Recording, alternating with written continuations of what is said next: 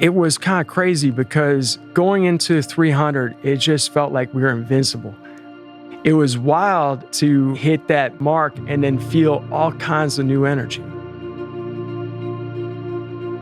You know, you go through these lows and highs, but you get beyond 300 miles and then you realize you have more force than you ever had even in the first day. It's incredible how just changing your mindset can make such an impact.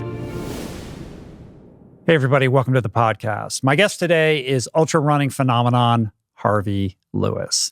This guy, get a load of this. He's been running ultras for about 25 years at this point, and along the way, he's, of course, won a slew of them. But this past year, at the ripe age of 45, Harvey finds this entirely new gear. Not only winning his second Badwater, but following it up this past October with just a stunning win at the Big Dog's Backyard Ultra, where he clocked an astounding and world record-setting 354 miles over an 85-hour period. 354 miles on essentially no sleep. So how does he do it? Well, the first thing you notice about Harvey is his infectious energy. He also has this just unbridled positivity, and I really think that's a big part of the secret sauce. So today we talk about that. We also, of course, cover his storied career, the hows and the whys behind his training, his continued improvement, and the role his plant-based diet plays in all of this. We also discuss how he balances life as an elite ultramarathoner with his full-time occupation as a high school teacher, and how these two things actually inform each other. But if there's a theme to this one, it's really the power of showing up, making room for the magic that comes with rigorous, consistent, and patient pursuit of the thing you love.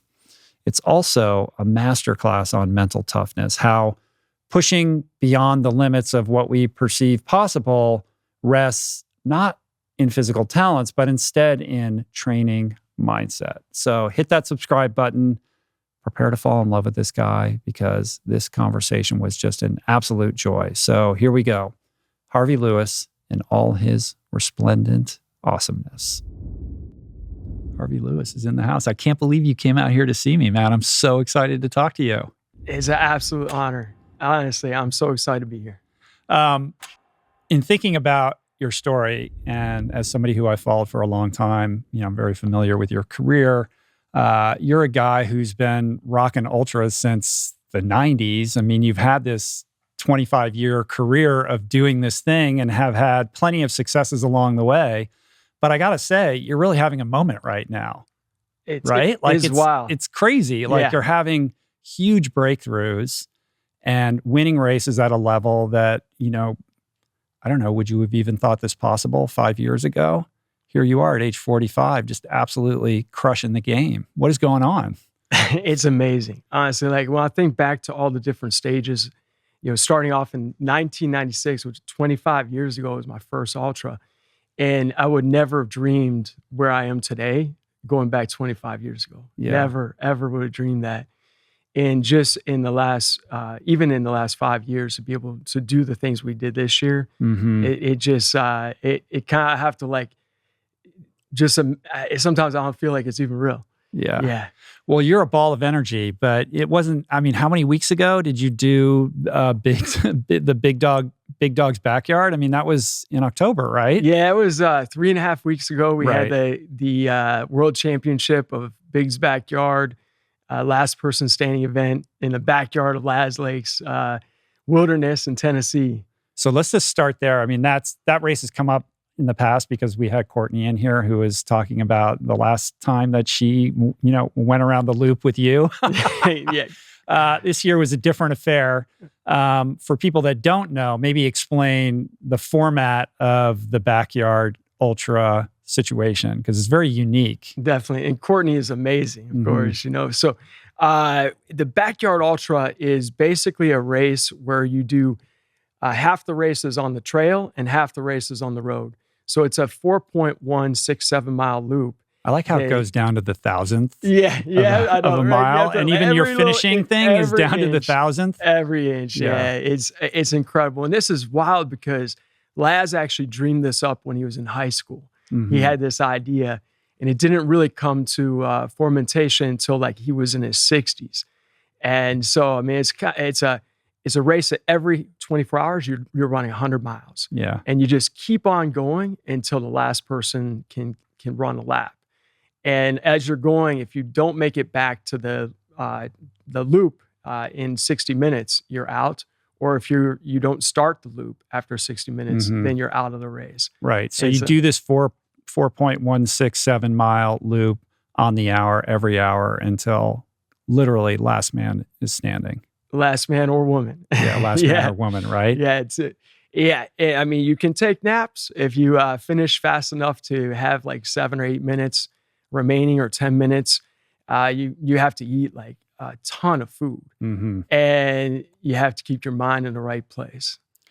And you could go as fast as you want. Obviously, the faster you go, the more rest you're getting. And as time wears on, you're slowing down. So that window starts to shrink. I mean, at the end, you're getting like 12 minutes or so of rest in between. So there's no sleep involved here. Like, there's barely enough time to sit down and get something in your belly before you're up and at it again. Yeah, the first year I ran it in 2017, it was completely novel. I had no idea what I was doing. Back then, we didn't sleep. But now I really try to incorporate sleep, because the further it goes, after like the first night, I can make it through without even drinking caffeinated drinks.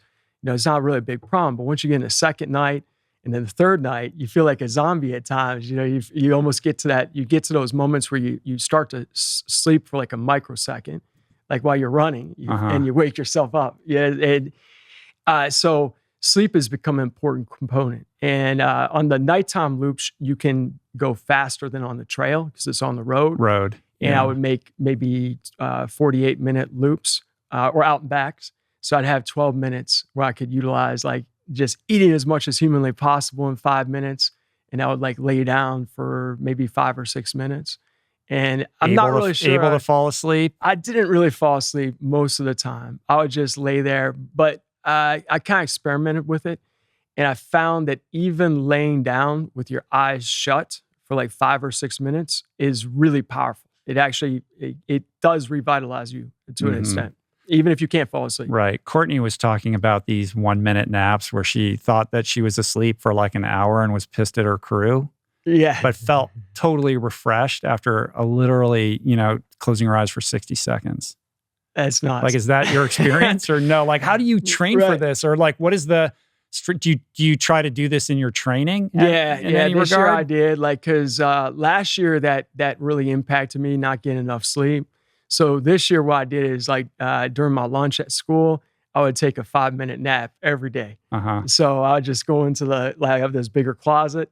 I just lay down on a yoga mat and literally try to sleep for 5 minutes. So I got to a point where I was 2 or 3 days of the 5-day week, I would fall asleep for like 3 minutes, which is kind of wild. But in the midst of the race, there's a lot of things happening. 1, your heart rate gets elevated.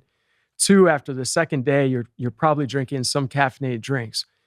So you're trying to play like an edge where you're trying to stay awake on your out and backs on the second and third night by drinking caffeinated drinks. But on the other hand, you want to fall asleep. And so it's like a tough dilemma there. Right. And so I just I'm not really sure, because the way your mind works, I'm not really sure if I was sometimes I would drop into like some level of sleep, but I just felt like my mind was continuously running. So I would be somewhat more conscientious, and you're always waiting to listen for Laz blowing the whistle. Right. At 3 minutes, he blows the whistle 3 times, and then 2 minutes, 1 minute. And so I have a really great, amazing crew chief, Judd Poindexter. And so I was able to rely on him, and I knew he would wake me up, but you still have like this anticipation that, I got to get up and get going. I've got to have everything organized. And there's a lot of temperature variation too. Like at nighttime, it gets cold. In the daytime, it's warm. And your body, after like 200 miles, it doesn't do as well. You can't self-regulate. Yeah, you can't regulate the temperature as well. So it ends up it's a wild experience. just pushing your body. 'Cause that's what is special about this race, is it really gives everyone the opportunity to explore their limits. And the other thing is it's really a pretty interesting race to watch. Like, in a lot of ultras, you might have an idea of like the top 2 or 3 runners based on like the front field of a race. If you're watching like Western States and you're like, maybe one of those runners might drop out, but you kind of have an idea of who might be the top 3 or 4. In this backyard ultra, everyone finishes the loop in a tied position. Right. So, going into the second day, you have no idea who's going to be the final runner. That's really interesting. It's like there's so much competition. You have no idea. You don't know who's feeling good or who's not because it's just 4 miles. Yeah, no idea what cards the other runners are carrying. Yeah. Yeah, it's like a poker game. It's a total poker match. But it ends up going off a cliff and becoming like Squid Game at the end, right? When people start dropping off. And like the second place guy, Chris Roberts, he literally was with you until the last loop, but because he started a loop and didn't finish, it's a DNF. Like he doesn't even get second place. Yeah. Which is like super brutal. harsh. It's brutal. Right? It's hard. It's Laz. Laz, he is hilarious. But Laz always has some like element to mess with runners. And so technically everyone that doesn't finish as a final runner is a DNF. So even if he finished the loop and didn't start another one, would he get second, or just everybody DNFs except the person who wins? Everyone DNFs except the person who wins. Yeah, there is no second place. Yeah, there's the last person, and that's it. Exactly. Oh so my God. If you're trying to keep your DNFs down, it might not be the best format. Right. Oh, that's so funny. Well, Lazarus Lake. This guy is like an all-time world-class character. He is. He is on such a high level of that. Like his philosophy is so interesting to even spend time with him, just because everything he says is so philosophical. And I love how the race is actually named after his dog. His dog, right? Biggs. Yeah. And now he has a little dog. The little has a race as well named after him. And Laz, he is just he's. You think maybe from the outside that he's extremely masochistic, or maybe he's got some sort of like vendetta, like to really be cruel to runners. But he does get some humor out of things. But he really is interested in seeing. He loves watching people work through those extreme challenges, and he gets inspired by that. Where does that come from? He's not a runner himself. Yeah, right? he is actually going back into the day. So back in the 60s and 70s, he was a big runner in Tennessee. And it's interesting because his dad was actually a NASA scientist. And he actually worked on the lunar module coming off the moon. Wow. So he's a really brilliant guy. And he has a ton of interesting history on his back. But he's kind of taken that... he's very particular about organization too. Like if you had talked to his wife, Sandra, like it's so funny. He's got a certain way that every flag has to be rolled out. Everything has to be just perfect. And we're not even talking about Barkley yet. Yeah, I know. So we're getting there. Yeah. So he is definitely, I admire him. I really do admire him for what he has done, with the sport. He's captivated people in so many ways that we can't even begin to describe. Yeah, he's sort of single-handedly created a whole new genre of running. It's exploded. With the unfinishable Barkley marathons and this whole backyard format, which he didn't invent it, right? But he sort of made it a thing here, at least in the United States. Yeah, he actually invented the backyard. He did. Yeah, he invented that. Yeah, so it's now spread to over 62 countries, and they have, hundreds of events. There's over 13,000 people have participated already. And it's really exploded in just the last 5 years. Last 4 years, it's just grown by madness. The format makes it really fun. There's a gamesmanship to it. And I suspect from a race organizer point of view, it's a lot easier to conduct than a race that's traversing like a huge swath of land in a point-to-point kind of way. It's true. Yeah. It surprises me at times, though, because I'm like, I'll follow their Facebook page and I'll see like posts from Pakistan or Morocco. And I see like all these places where they're like formulating this race, and it's exciting to see that. I love that. It's also less intimidating if you're trying to dip your toe in the ultra world, because you can just go and run 4-mile loops until you're done. It's not like, oh, I have to do 100 miles or anything like that. You can just show up and do what you can. So it feels like a little bit more welcoming. Yeah. It is very much welcoming.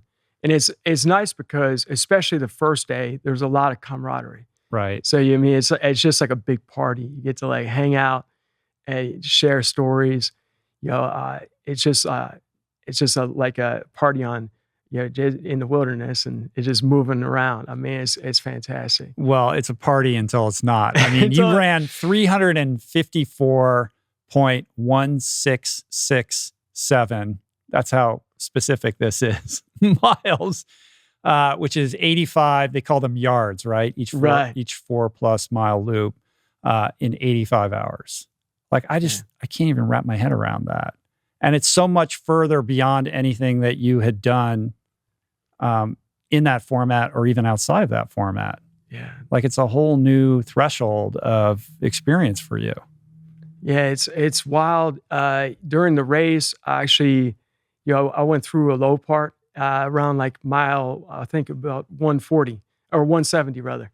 And it's incredible because I had like the battle inside my mind, like the side that was not wanting to submit at all, but I had like a little bit creeping in the thought of like, well, it would be nice to like, just go relax in a hotel and put my feet up and like, how long is this thing gonna go for? So, and you're only halfway in. And I didn't know that at that time. You don't know. That's the thing. You don't know how long it's going to go. I had no idea at that time. And so to get through that dark place, I like share with my crew chief. And I mean, having a strong crew chief is really important in this race. And I just like, when I got back to the tent, I made sure no one else was nearby. I just said real quietly to Judd, I said, hey, I'm struggling through this a bit right now. And he came up with a good idea. He's like, just visualize that you're running back and forth to work. Because I run commute to work. Yeah. And so like that was incredible because at that point, I was really able to just go beyond it and then just focus on each loop and just imagine I was running back and forth to work. It was so easy at that point. Which is kind of about the same distance, right? 3 or 4 miles? Yeah, it's about the same distance. So it's incredible how just changing your mindset in like can make such an impact. And I really didn't go through any other, I mean, I went through, it was tough in the 4th day, but I didn't go through a point that was like as mentally like where I was in a dark place like that. Yeah. And then reframing it through that shift in perspective, like gave you this boost that carried you for another 170. Yeah. I mean, I know you had a crazy moment at 300, right? Right. That's a whole nother let's talk about that topic. So basically, once we got into that 3rd night and it kind of becomes like automatic and you're just like, you get yourself back to the tent, you're laying down for 5 minutes, you're eating as much as humanly possible and you're just lining up at the line again. And you're wondering like, how long are these people going to go for? Right. But it's a poker game. You can't play your hand, right? You can't let anyone know that you're feeling down. Oh, no. Like that would be destruction. Yeah. So, I mean, it's like, so then you just keep on playing it out. And, during the 3rd night, there was something that kind of hit me, I think. I got very automatic with it. And I felt pretty strong. Like I was just like dialed in that I was back to my game plan that, okay, I'm going to go as long as this thing carries, however long that might be. And, the Chris Roberts at that time was actually really, really struggling. The Japanese runner Mori, he was looking strong. But Chris Roberts in the last 3 loops of the nighttime on the 3rd night, he got to a point where he was actually running sideways.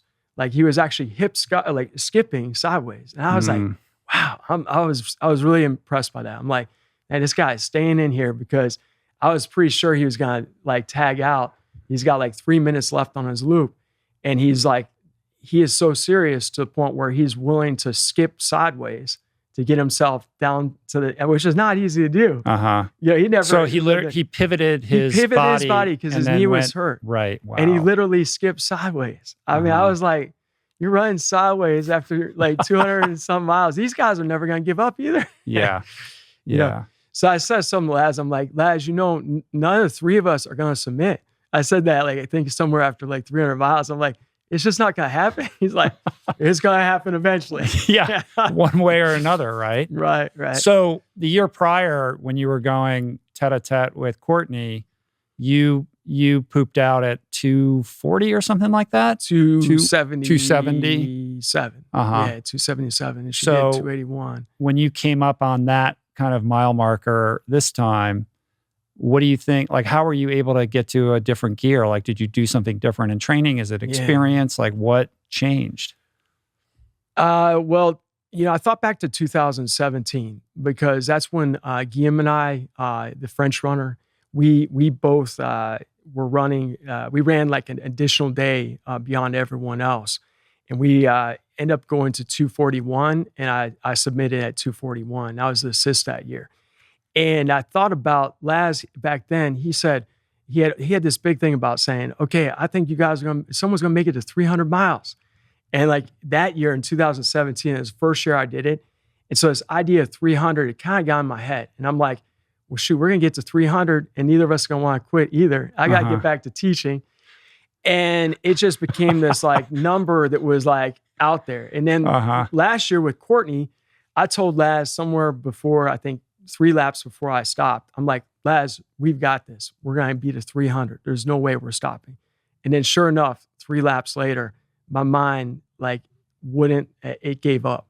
Like, so I felt at this race, I really didn't want to like give up mentally. Like if I was going to like be out, it was going to be based on me not making it back in time. Like every other time I did this, when I submitted, it was because my mind, I had given up. It wasn't because I timed out. And so this race, I wanted, if I was going to go out, it was going to be based on not making it back in the 60 minutes, not based on like, oh, I don't think I can go any further. Because last year with Courtney, I thought it was really amazing running with her number one. Like we were in a dynamic where we were supportive of each other, which was really special. I mean, like we both have a history with the 24-hour USA team, but like to work with somebody, it makes it like just an amazing experience where you're like working for something greater. And it's like, so yeah, last year I just got to this place where I was, in my mind, I didn't think I could. I thought I was losing time on the laps, and I didn't think I could make it many more laps. And so I was like, okay. I started to like hallucinate a bit more, and I said, okay, I think this is it. And so I gave up. So this year, I've really trained my mind more just to not submit. Like it's gonna, if I go out, it's gonna be physical, not. And what does that training look like? Like, is there a specific program or method to this? Yeah, the method to the madness.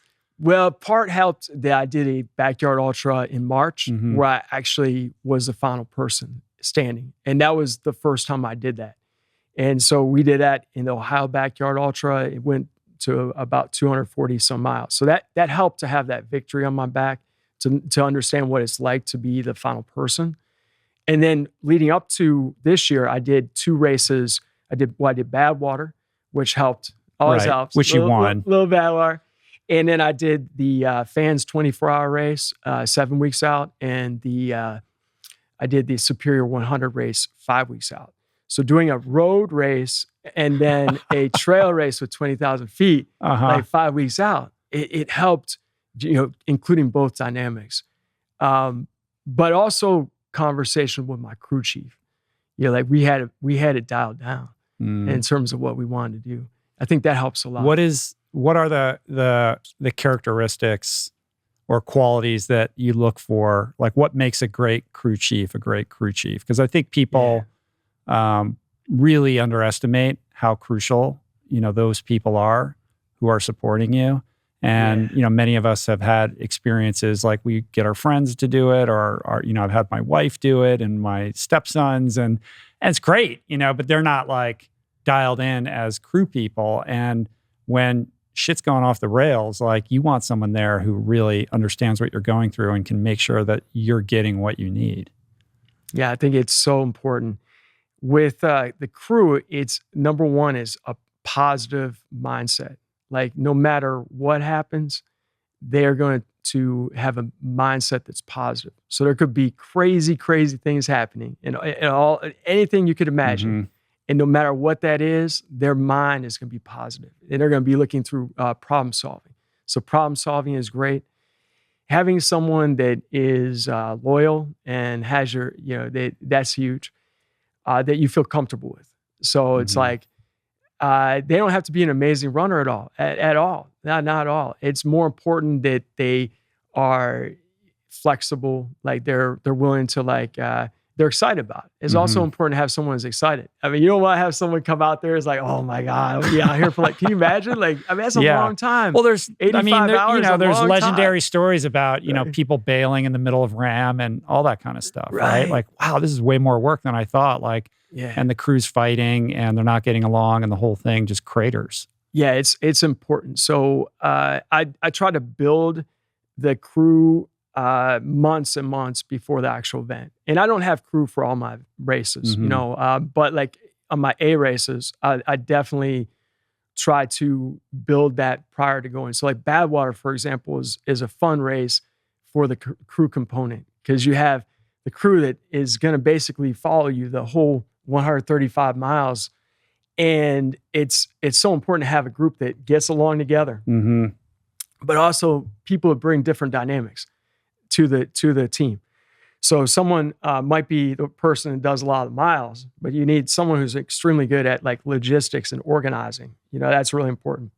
And think outside the box. The crew is really important in a lot of these ultras for sure. They got to be 5 steps ahead at all times. Do you like for example, with Badwater, do you like it when someone's running with you all the time, or do you like them to kind of bump and run, or what's your kind of mode? So for Badwater, I definitely like having someone run with me. It's after mile 42 now, you can have someone run with you all the way to the finish. And I like rotating it because after a while, I always want someone fresh. So I kind of feel like I take on their energy force. So if I get someone new in, it's I kind of feel their energy, even though I'm running in front of them. And it's not pacing in the traditional sense. They're running behind you. It's I feel their energy force. And it's it helps me to go faster. So I like having a rotation. I love having someone with me. In Badwater, it's just, sometimes we're not even speaking. It's just being out there and running like a team. It's we're wild animals. Migrating across the plains. And that's huge. It's a huge impact. So you're at mile 300 of Biggs. I got to hear about this hallucinatory nirvana moment that you had.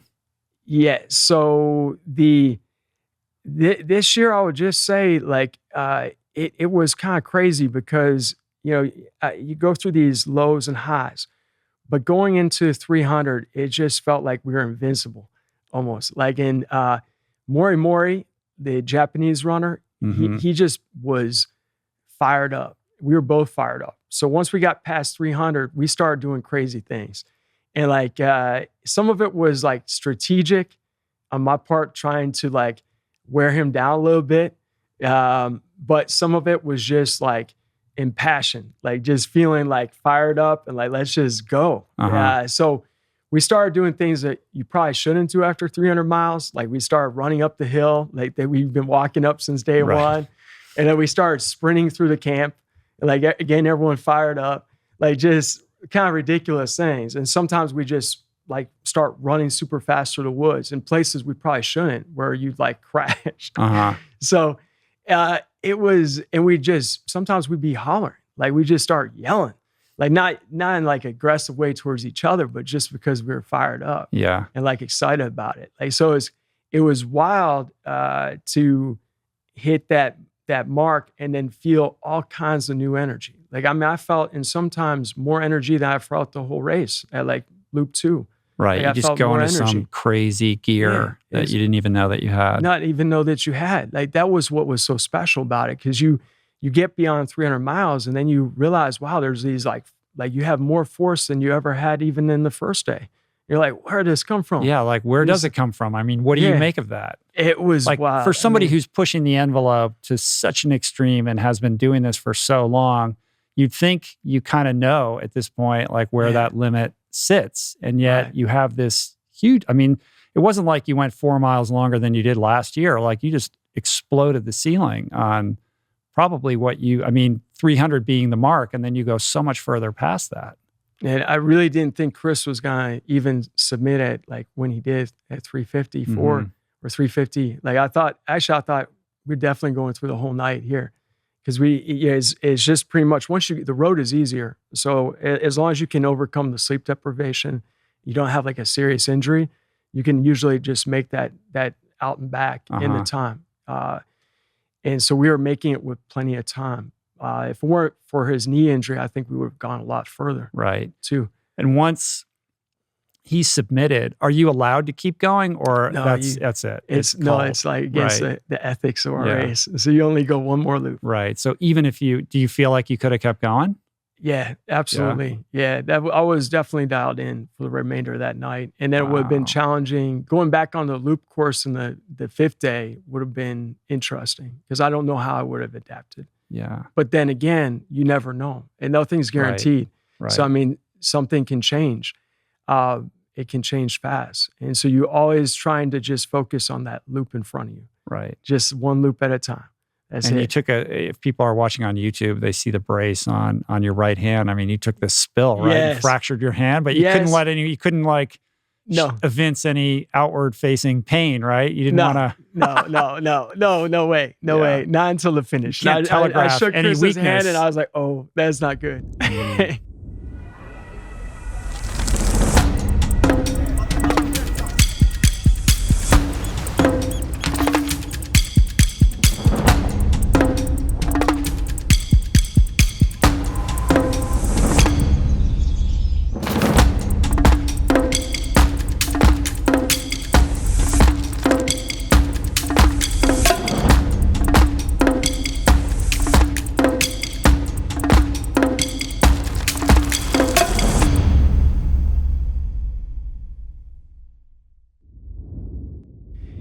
Yeah, one thing I do actually in races, I don't know how unique it is, but I always like in my A races, I always take on like a spirit animal. Mm-hmm. And so for this race, my spirit animal was a honey badger. And so I watched that video. It has 4 million views. Yeah. And I was serious about it. When I was going into the race, I was like, I'm a honey badger. So it doesn't matter what happens, I'm going to still run. Right. So, the fourth day, a honey badger fall down the rocks. It doesn't matter. You just get up, keep on running. Yeah, at that point, the fourth day, actually, I got to a place where it was tough. Like the fourth day is hard. Like Laz didn't really expect people to do that. And it warms up. I mean, it's not like really hot, but I mean, even like 70 degrees after you've been running for, 3+ days, it just takes more energy. And I got a little bit dehydrated.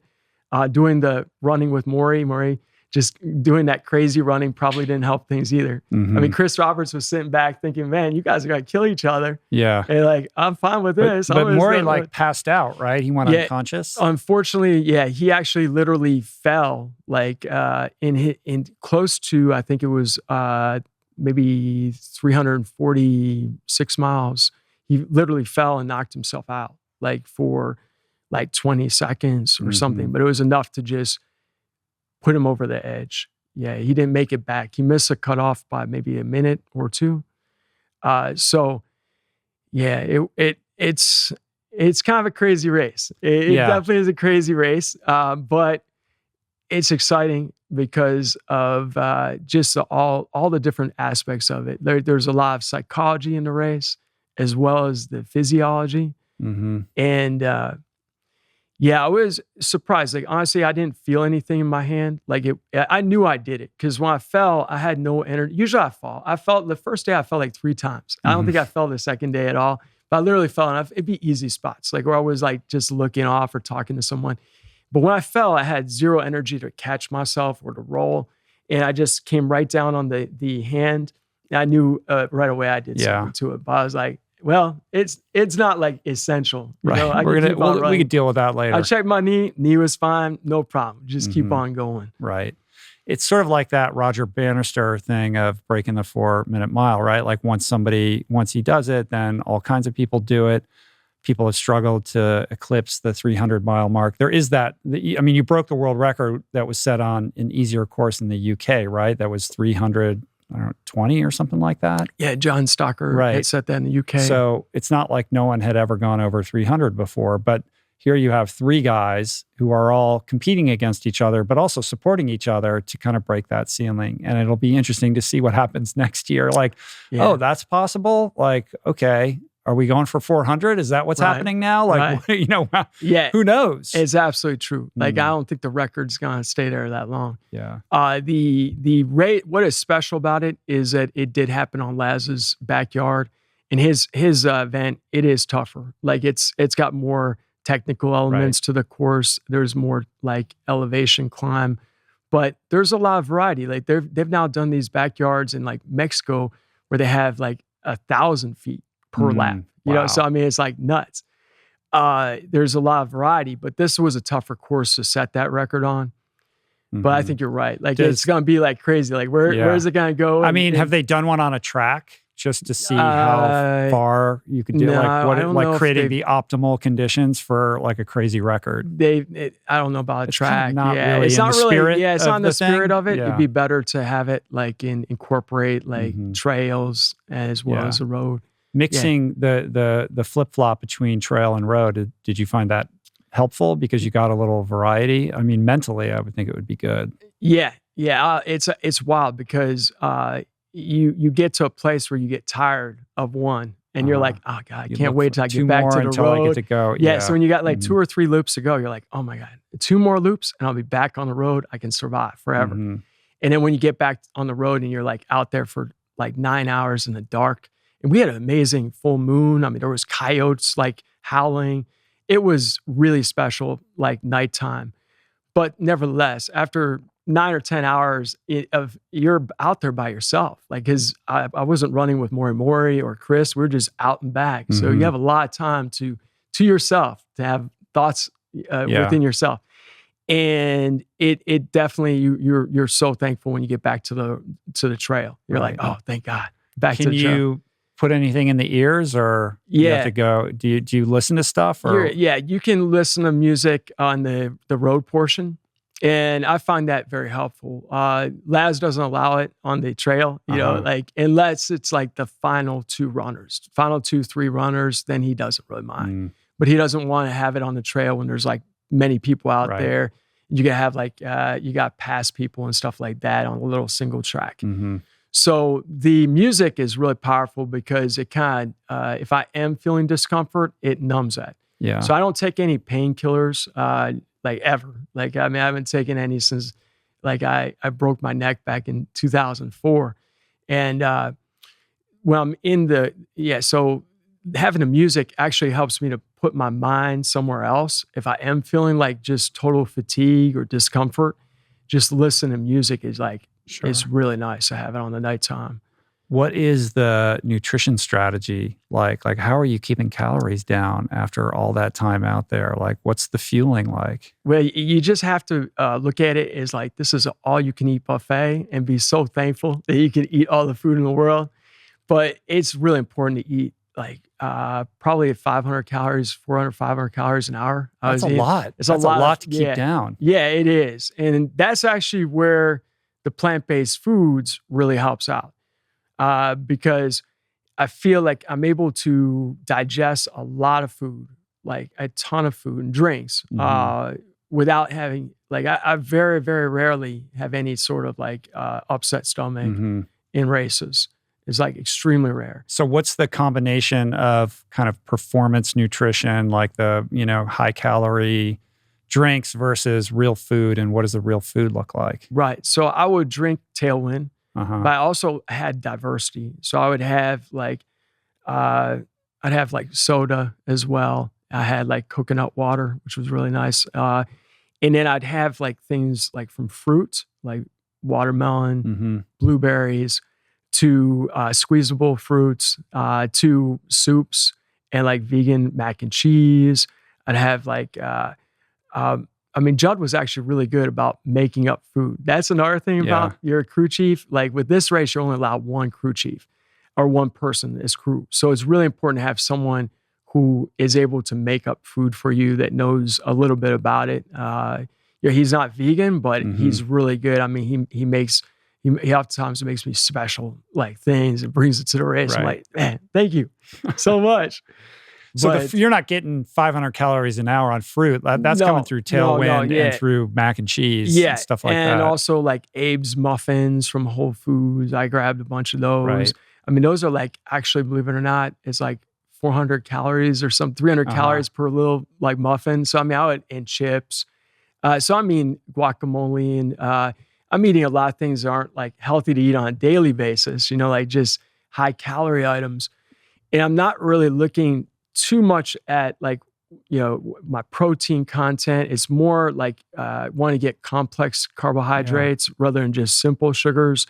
Like I definitely am getting a ton of simple sugars, but I'm also getting complex carbohydrates too. So I mean, everything, like pastas, soups, things that are easy to digest. Like I'd have like mashed potatoes and vegetable broth mixed together. And that was really easy to digest.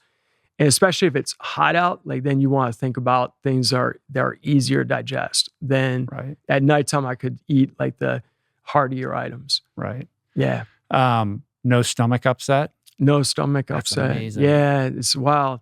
You that gets the best of them. Yeah, it's huge. It's like the Ultra has maybe, there's like 10 or 12 major components I can think of that are really important elements to a race, like pacing. Pacing is huge. But nutrition is definitely one of the top ones. And like being able to just eat a bean burrito and then just take off, like that's a huge advantage. Yeah. To be able to digest that while you're moving and running, it's a big advantage. Yeah. But also, ultras are famous for like, I'm just going to eat pizza and like, all kinds of candy and crap and stuff like that because I'm burning all these calories out there. And then people, start barfing and having the runs and all kinds of stuff happens. Yeah. Yeah. I think that's where not having the dairy in there really helps a lot too. I mean, I can name it like maybe 3 or 4 times in the last 5 years where I've actually gotten sick in ultra. That's it. Like literally like 3 or 4 times. And usually I can explain what happened in each of those instances. Have you, I have to ask you, have you talked to Courtney about this? She has her she's sort of notorious for like her the nachos and cheese, all the stuff that she eats, right. And she occasionally has like a stomach issue in her races, right? Yeah, and like there's Harvey's over there. I love Courtney, so I mean, I'm like very respectful about. Of course, I'm not taking anybody's inventory on this. Like she's on a different planet. Yeah, she is like knock yourself out, Courtney. Whatever works for you. Exactly. So only love. Yeah. Let's be clear. I usually I usually am kind of careful about how I like if someone asks me, then I'll share. But I don't usually I mean once in a while I do, but we do share ideas. A lot of times like on the 24-hour team, we'll have something that works really well and like the other runners will pick up on it, so I imagine I'd love to collaborate with her more in the future. I mean, but I haven't really said a whole lot to her about it. I get it. With her. Yeah, completely. She's so. I wouldn't either. Yeah, she's got her like nachos and cheese that she loves. Right. And if that's working for her, awesome. Yeah. So maybe this is a good opportunity to kind of dive a little bit deeper into the whole vegan thing. I mean, you went 100% plant-based in like 2016. Yes. And so talk me through like what that was about and why you made that switch and what you were doing beforehand. Right. So going back in time, I've actually been vegetarian since 25 years ago when I first picked up ultras at the same time. And that was just a revolution in my life. Like just because I felt a transition just overnight. I went from being like Chunk and Goonies, like the chubby kid growing up and not being like one of the top runners at all. In fact, I was usually one of the last runners to finish races.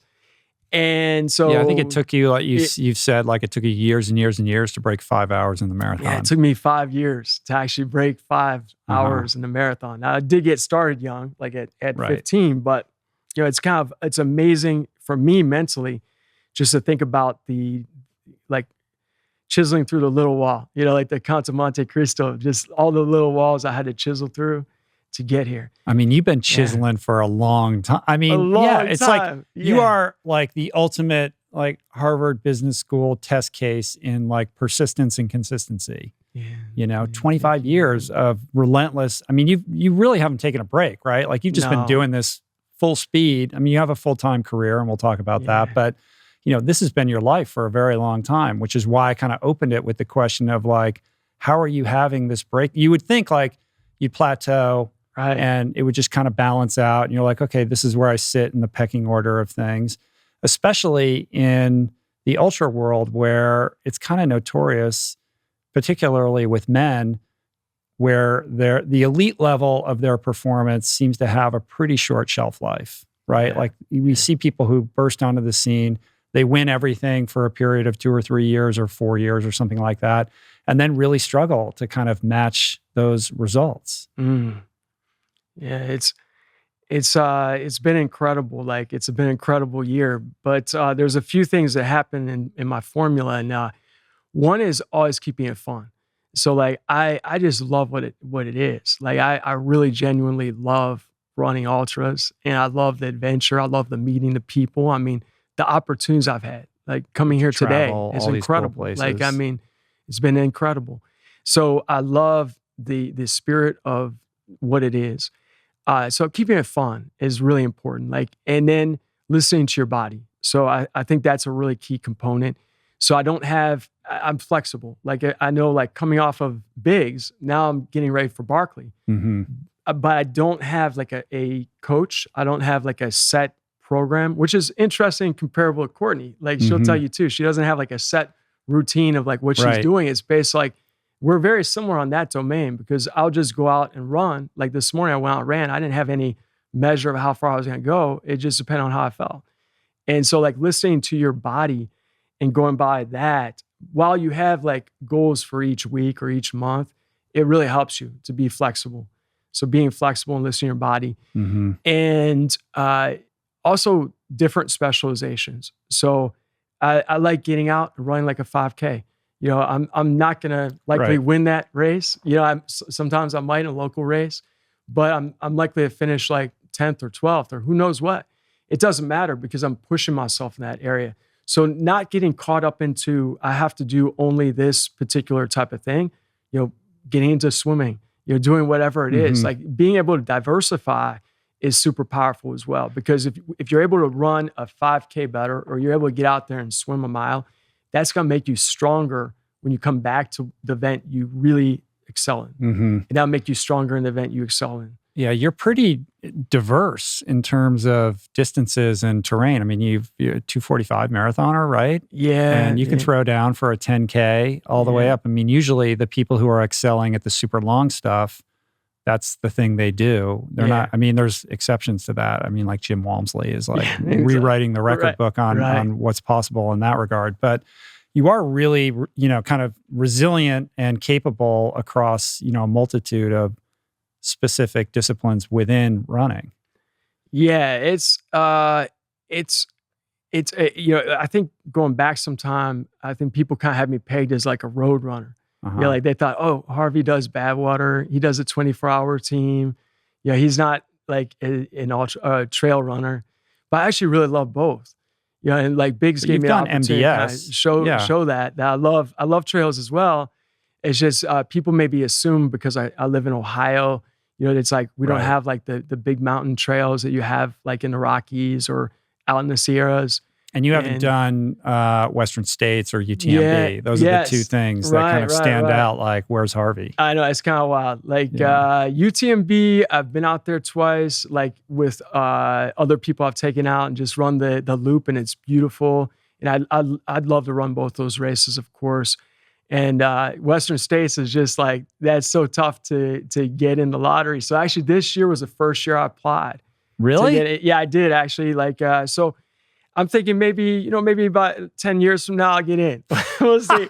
We'll see. I think We'll see. I think you'll probably find a way to get into that race sooner rather than later. We'll see. But yeah. the original question that we got sidetracked here was kind of exploring the plant-based, pivot. You were talking about going vegetarian earlier in life. I mean, it feels like that was more of an ethical compulsion at the time. Yeah, it was actually. It was kind of a storm that hit me, like because my mom had a stroke in 1995, and that I just kind of had a reflection on like what we had been doing growing up. I mean, my mom was a nurse. She was only like 54 at the time. Oh, She wow. survived, but it was catastrophic. Like, I mean, she lost movement on her one side, and she also lost speech. So, I mean, her speech is really impacted. I mean, fortunately, she is still alive, and she's living independently. And I mean, she's amazing, like for having that endurance through those difficulties of not being able to speak, but knowing what she wants to say, and surviving all those years. Wow. But that really made me reflect on like what I was doing, in Ohio. I mean, what was I eating in Ohio? Like what I grew up eating that I thought was like the healthy thing to do. And also I had like going back to when I was, I guess maybe a junior in high school, I had like this sort of epiphany that I did make this connection. I was like going through, I think McDonald's, and I was thinking about like just where the food actually comes from. And I think we're really disconnected from our where the food comes from. And I was thinking about slaughtering and all that, and I just really didn't want to be part of it. But it only lasted for like a day, or maybe even like half a day, and I just didn't know where to go with that. Like I had no one was vegetarian in my school that I was aware of. And there was no options at the line, like the lunch line. So I was like, where do I go with this? So I had that original thought, but I didn't have any legs to run with it. And then when I was a sophomore in college, after my mom had the stroke that summer, I finally said, I need to like actually make in an effort to like research this and find out. And that's when I started like transitioning. I just went over to eating vegetarian. And so yeah, it's the last 5 years, I finally came in 2016. I've been wanting to do it for a long time, but I thought, what am I doing? Why am I still avoiding this? Like, what is it? And it was out of convenience. Like I thought it was going to be an inconvenience for other people for me to go vegan, or maybe it would be difficult with my like travels. I love to travel around the world. Maybe that would affect me. But basically I thought, this is, I want to do this. I've got to do it. And I just said, okay, I'm gonna do this. I'm gonna set this. And then after like literally like, I think maybe 10 days, I was like, why did I not do this like years ago? Like it's so easy. And did you feel a difference? I don't know that I felt like in 10 days, like an incredible change, because I already felt pretty good with eating vegetarian, but definitely within a matter of months, like I noticed like changes, like just, I would say my performances, like I had my fastest marathon ever, like in 2018. Yeah, so that was my fastest marathon ever. And I like noticed that I was getting faster after that case. Right. Yeah. So you attribute, I mean, this is attributable to just improved recovery, right? Yeah. Yeah. That's the biggest thing. Yeah. Right. Thanks. So what I found is that my speed of recovery is ridiculous. Like, I mean, it's just crazy. I mean, like, for example, I did that 24-hour fans race 7 weeks before Bigs. 13 days later, I did it ended up being a 19-hour race because we had like this crazy lightning storm. I ran, I think, over 120 miles in 19 hours. And then 13 days later, I did the Superior 100 with like 20,000 feet of climbing. So it's like, it's kind of crazy. What is your like monthly mileage? It's not nuts. Like honestly, come on. I really, truly, I end up averaging like 100 miles a week. roughly. But when you're packing like a bunch of those races, and I mean, that's the real training for the bigger races, right? Like the races themselves are part and parcel of the training. Yeah. Like, I mean, I have A races. Those are the ones I'm just like all forces in. I'm actually going to taper for. And now I have like B and C races. The C races are like, okay, there's a race this weekend. I've like done 0 taper. I've run 100 miles this week. I'm going to go run this. It's good training, but it's important not to overdo it. Like, I mean, that's really like, I don't typically do races 13 days apart. I might do that once a year. Running like this year, I've run 7 ultras. And I've run maybe like 10 other races or like marathons to like 3.1. So it's important because if you run an ultra every 3 weeks or 2 weeks, you're just not going to survive. You're going to end up burning your passion out, or you're going to end up just like hurting yourself potentially. Yeah. So, I mean, it's important to think about. Like, Sure. But you do this string of ultras kind of back to back. And the point you were making really is just the benefits of eating plant-based allowed you to kind of bounce back in a way that you hadn't prior. Absolutely. Yeah, I mean, it's just incredible. Like a lot of people traditionally might say, oh, you need X number of grams of protein a day, or you need this and that. But by just eating a balance of variety, eating like healthy whole food-based items, it's incredible how quickly you can get your body to recover. And it's like when I was in my 20s and my 30s, I can remember feeling like aches in my legs or just like fatigue that lasts a long time. And now it's like crazy, but it doesn't last long. Even after doing bigs, I mean, I left bigs. That was kind of a wild experience because after I finished, I really didn't want the event to end. Like I was just, it was so much fun to have that, like something I dreamed about for years, like come to fruition. It was just incredible. I mean, I just felt like it was too exciting to end. So I literally just slept in the tent that night. That was like 20 meters away from the finish line. But the next day I ended up like driving back to Cincinnati. I didn't get back to like 11 p.m. And I like went out and did my mile run because I have like a run You're streak. On a streak, going. right? Yeah, run streak going. So you get home at 11 and you went running. Went for a mile run, and then my student teacher, his wife or fiance is a ER doctor. So she said, "Hey Harvey, you should go to the University Hospital and get this checked out." So after the mile run at midnight, I went over and got my hand X-rayed. And then I was there for a few hours. They had some good laughs with me. And I got back home. I ran to work the next day, like at like, I don't know, like 7 or something like that. So, and it was wild just running to work. I felt pretty good. Like, I mean, I felt that I ran, a good distance, but it's like that process of healing had already like started to really happen. Unbelievable. And it happens really fast.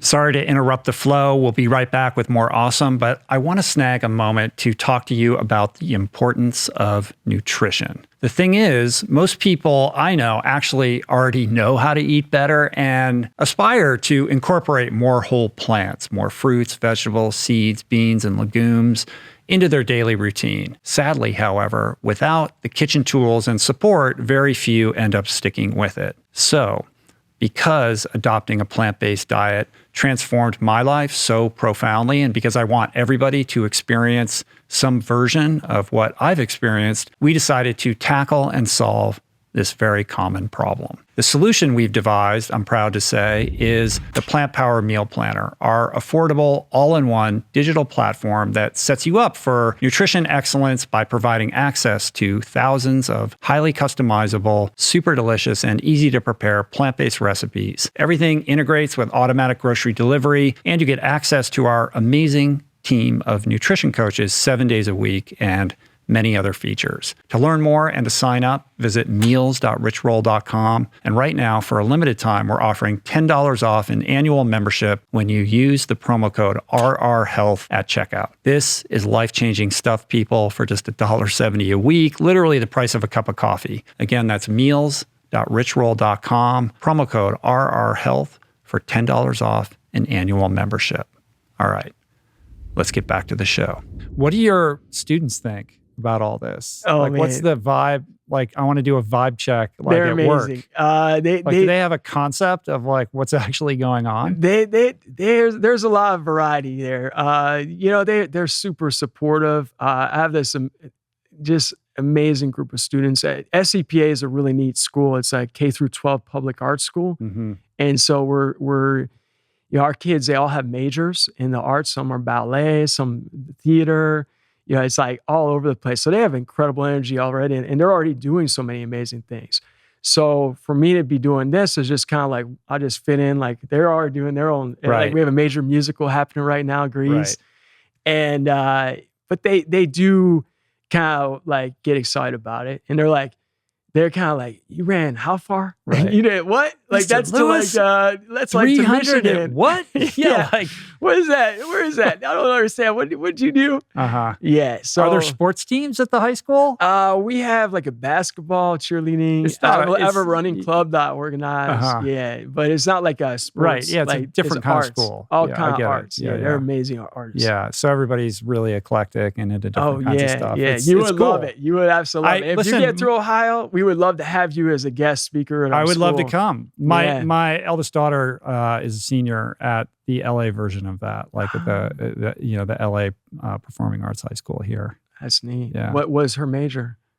Visual arts, so painting and sculpture. It's so amazing. So I love that stuff. she's, we went back east and we're looking at art colleges and stuff like that. That's what she wants to do. That's so incredible. So yeah, I watched some videos of you kind of at your school and stuff like that, and I was like, yeah, Thank it's you. very similar to my daughter's school. That's so So cool. I think I get the vibe. It's they're special places. They're different than typical high schools, and the Yes. kids are all so unique. Yes, they are. It really is. I get a lot of positive energy from my students. There's no doubt about it. I mean, it's like a two-way street. Like, I give, but I also I probably get back a lot more than I give, for sure. Right. So that kind of leads me into this thing I was curious about, because I suspect along the way you've probably had opportunities or been tempted to just be a professional runner, like get a shoe contract and they pay you equal or maybe even more than you're getting paid as a teacher, and you could just do the thing, right? But clearly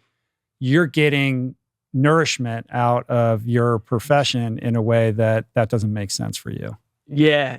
I always like to joke with my fiance Kelly, who's also an amazing part of my life. I mean, she gives me a lot of energy as well, but she's a teacher as well.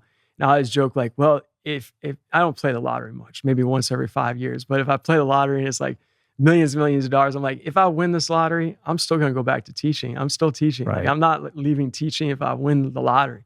I'm maybe going to do something special with the money, create some scholarships or something at my school. But I'm not leaving it. Like, I really enjoy it. I mean, it's a lot of fun. So Cool. It's something that I have my challenging days. There's no doubt about it. Like, definitely we have our tough days too, but overall there's a lot of, it's an incredible experience to be able to work with young people when they're at that crossroads in life and they're like, okay, where do I want to go next? Like, I'm 16, 17. I have like the juniors and seniors. So where do I want to go next with my life? Like, what pathway do I want to take? Yeah. And it's kind of neat to be there at that moment and get to like guide them a little bit. But also just, it's an exciting life period. You know? That's cool. That's so refreshing to hear how much you enjoy doing it. Like, it just makes me feel hopeful about great. humanity. You know what I mean? Thank Like, you. I appreciate the fact that like, you're like, yeah, I would do this no matter what. Like, I don't know, man. That's cool. Those kids Thank you. are lucky to have somebody like that, like you. Thank you know? very much. So during the week, you have this thing where, it's partially training, but also partially kind of sustainability minded, that you're, a human powered commuter. You got this 3-mile trek to and from work. So you run to work, you run to the school in the morning, and then you run home. And during the week, that's kind of like your training. I'm sure you go longer on some days versus others, but like, you're at the school all day. So it's not like, as this ultra runner, you're going out and running, 40 miles every single day or anything like that. Like, I suspect it's rather contained, like during the weekdays. Yeah, it's a really important part of my training. Like, I run basically 3 miles of work, but a lot of days it ends up being like longer. 2 or 3 days a week, I might run like 8 or 10 miles back and forth. And it's a really nice way to get the day going. I mean, like it gives me a chance to reflect on what's happening for the day, like what I want to focus in on. And I think having that energy, it kind of prepares you for being like a speaker or interacting with students. And then at the end of the day, if you had a rough day, it definitely helps as well. Cause I mean, it's like running is therapy. I mean, so you have a chance to think about, okay, what happened with that student? What could have I done differently with that situation that would have worked better? Or where should I maybe what should I do with class next week? So I have those thoughts, but I also have thoughts like, maybe it was just a challenging day, or maybe I'm exhausted. Like in running home, literally again, reinvigorates me to transition to that second part of life. So I'm able to leave stresses that are work related at work and not carry them with me. And I think that's a powerful tool. Running is it's free virtually, and it's such great therapy for us. Yeah. I mean, no matter what your situation is, having that running is a really powerful thing. The other thing about it is I run with a backpack. So I'm running with a little weight for 30 plus miles a week. And that definitely helps. And Cincinnati has some hills. So you get a little hill training in. How do you avoid injury? Yeah, it's I've got Mr. Miyagi. Right, you were telling me about this guy. Yeah. I'm ready to get on a plane and go visit this guy. You're invited. You can stay at my place. It's only a half a mile away. But Andy Shetterly does active release therapy, and people can seek out sports massage or physical therapy and things like that. But I've just found it really powerful. I typically will see him 3 times a month. And then if I'm having ever an issue, I would just go see him twice in a week, and he can usually fix it in two visits. Right. Super painful. ART. Can be. Oh yeah. So it's not painful at all. We keep it on a scale of 1 to 10, 4 or 5. We believe it's better. His practice is better to just have a little bit of an impact on breaking up scar tissue or whatever it is without making it painful. So I never do, I'm not into leg pain. Right. I mean, I've had a few pretty painful ART sessions. They know right where to go. Yeah, and it's just excruciating. Yeah, but it's in a good way. You need it and you always feel amazing afterwards. But it's one of those key components. Sleep is another one. So I mean, I think I really believe in sleep. And I think it's important, if you look at, the top marathoners in the world, they actually are getting 9 or 10 hours of sleep and a nap in a day. And I mean, if I wasn't working, I would probably take a nap every day too. I think it's a great thing. But I think getting 7 or more hours of sleep is really important, as important as whatever you're doing physically. Right. I think it's really important to you. And government is what you teach, right? Yeah, I teach government, AP government, and that's why I was excited to listen to Andrew Yang and your podcast with him. Yeah, what do you think? Are you in the Yang gang? Well, I was very intrigued by him, and I love his energy. I think he brings a strong dynamic that we need. I feel like we need that voice. Yeah. And I know I have students that are. Yeah, I've had students that are attracted to him as well as a candidate. But I think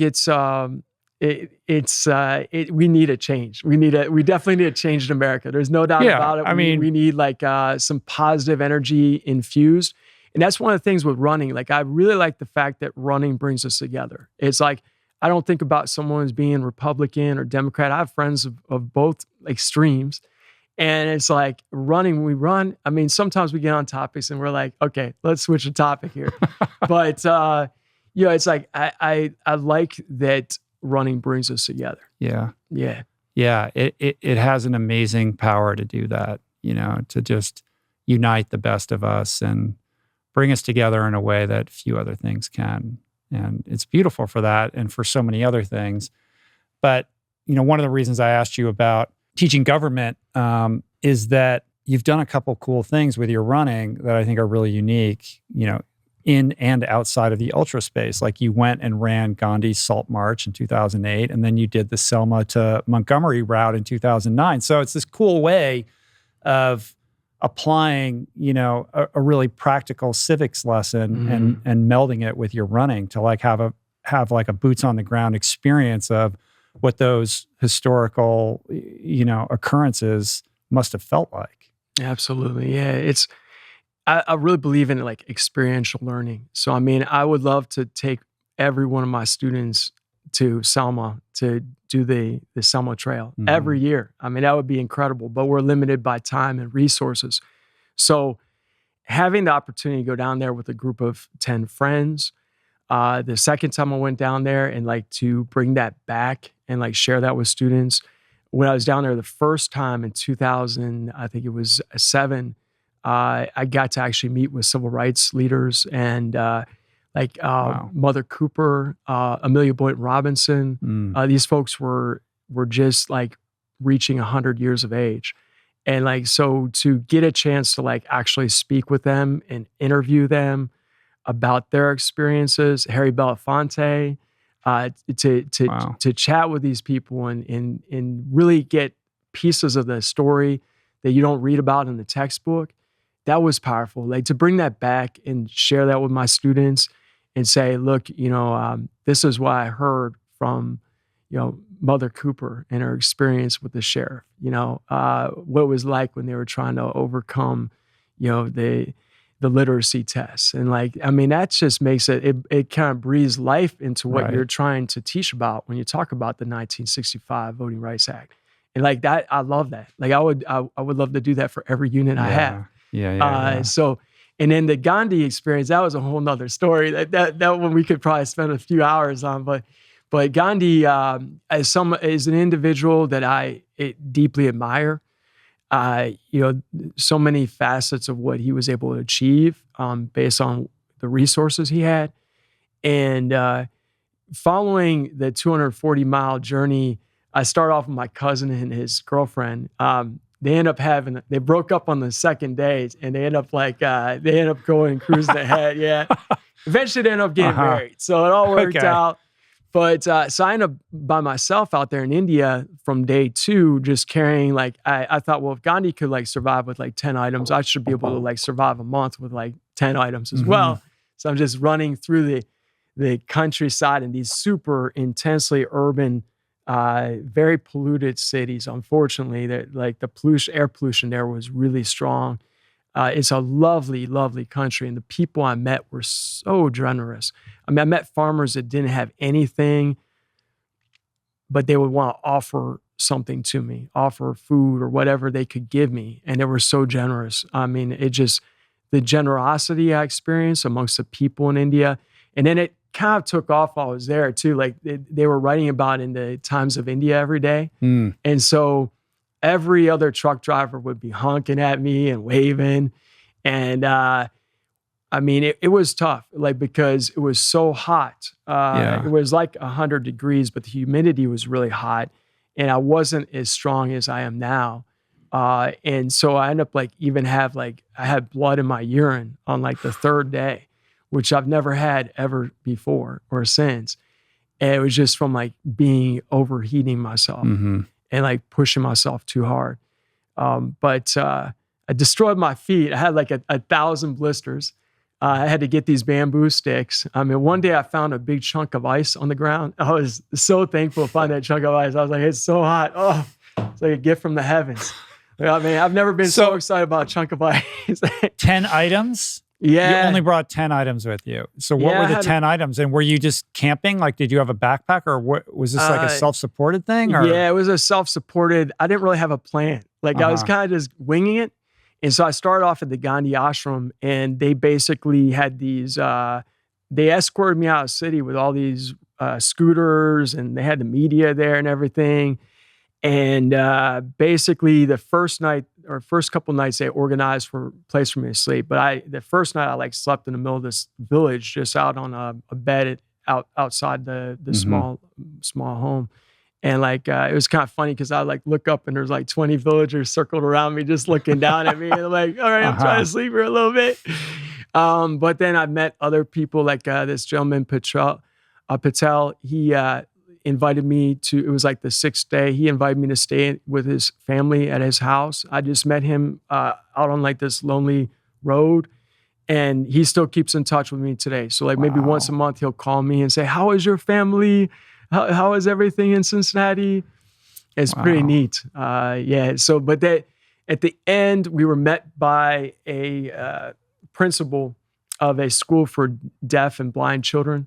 And they escorted me like the last mile. So we shared that mile together. And that was super amazing. Like I could never put a value on that. Like sharing that experience with those kids was incredible. And now when you think about Gandhi and, his civil disobedience and what that Salt March must have been like, you have a whole rich kind of history of experience to draw upon that makes that come to life in a way that it can't in a textbook. Yeah, absolutely. I mean, I met a guy who shared stories about his father. He brought me a sheet of paper where Gandhi had like written his father a note on it. And just it was as much a connection with like Gandhi's story as it was the local people. Because the people were so, even though they didn't have a lot of material wealth, they were extremely generous with like their time and whatever they had, they would be willing to give it to you. So, I mean, a lot of times I would stop in these little like tiny little like stores, like a little shack that's selling like goods, and they wouldn't let me pay. They said, no, you're going to have to take that. You can't pay. I was like, what? Thank you. Right. And they have nothing. Yeah, nothing. Yeah. Wow.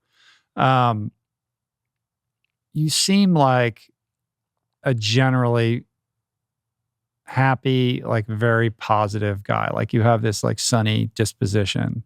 You must have like, I'm looking at, where's the dark side? Like, is there a dark side? Like I mean, when I look at you, I see somebody like who that disposition is really a big part of like how you're able to weather like such mental toughness when the chips are down in these races. Like I see the same thing in Courtney. Like she's, the worldview is like the world's a good place and it's going to be fine. And like, let's have a good time, and that's an underappreciated superpower. It is. I feel like it's how I feel. Like, I mean, I do have like, my moments like, but they don't, I try to get myself through those moments by like focusing on good things, like the good things. There's a lot of rough things out there that we can all like get ourselves caught up in, but focusing on the people in our circle, focusing on like the experiences that we can have in life, it's super like it can be a superpower, I guess. Yeah. What kind of kid were you? I was a challenging kid. I was a big challenging kid. Like I actually really, I think I'd have to go back to like my parents getting divorced when I was like 5. So I grew up in this remote area of Pennsylvania when I was really young, a place called Chalk Hill, Pennsylvania. And then I moved to a suburb of Cleveland with my mother. So that had a challenge for me. When I was going to school, I really struggled. Like I was a D student, F student, all the way up until like 10th grade. I mean, I was really a struggling student. I mean, I was literally placed in like learning disability classes because I was a problem. Because you didn't care or you couldn't pay attention? It was a variety of things. I was challenging with my behavior. Like I do my own thing, and like not like a bad kid, but just, I mean, I wasn't I'm not like, listening to anybody. Yeah, I wasn't causing fires, but yeah, I would just be, I would like, I wouldn't listen. I'd be, off like, challenging. I just would be really challenging. Was part of that like your coping mechanism for the trauma of the divorce, or like when you look back on that? Probably some of it was that a little bit. And then also I think like learning styles, like my learning style, I got behind my first couple years of elementary school. Like, so I wasn't a good reader. I struggled. I think that some of my teachers in the earlier grades, they'd want like kind of push me off in the corner because I was just, what do you do with this kid? I've got a ton of stuff going on. It's challenging to work with the student, you know? Right. So, and then you start to believe that you're the kid who can't learn or. Yeah. And then I just had like this mindset that I just couldn't learn. Yeah, it was really true. I mean, I had some amazing teachers along the road. I had this Mrs. Gondish, like was my elementary school teacher in special ed. I really struggled with reading comprehension and my self-efficacy. So like I really didn't think I could do it. And I had a big giant change was when I went and did the marathon when I was 15. So, and what prompted that? I had been, I've always been sort of curious about challenges. Like even when I was a chubby kid, I was always kind of curious about, like, I'd always want to go kind of climb up like the hill that's like, it doesn't look like it's very climbable or do things like that. And the marathon just intrigued me. It cut into my morning cartoons when I was a kid. Like I'd be watching on Saturday. I'd be like, what the heck is this?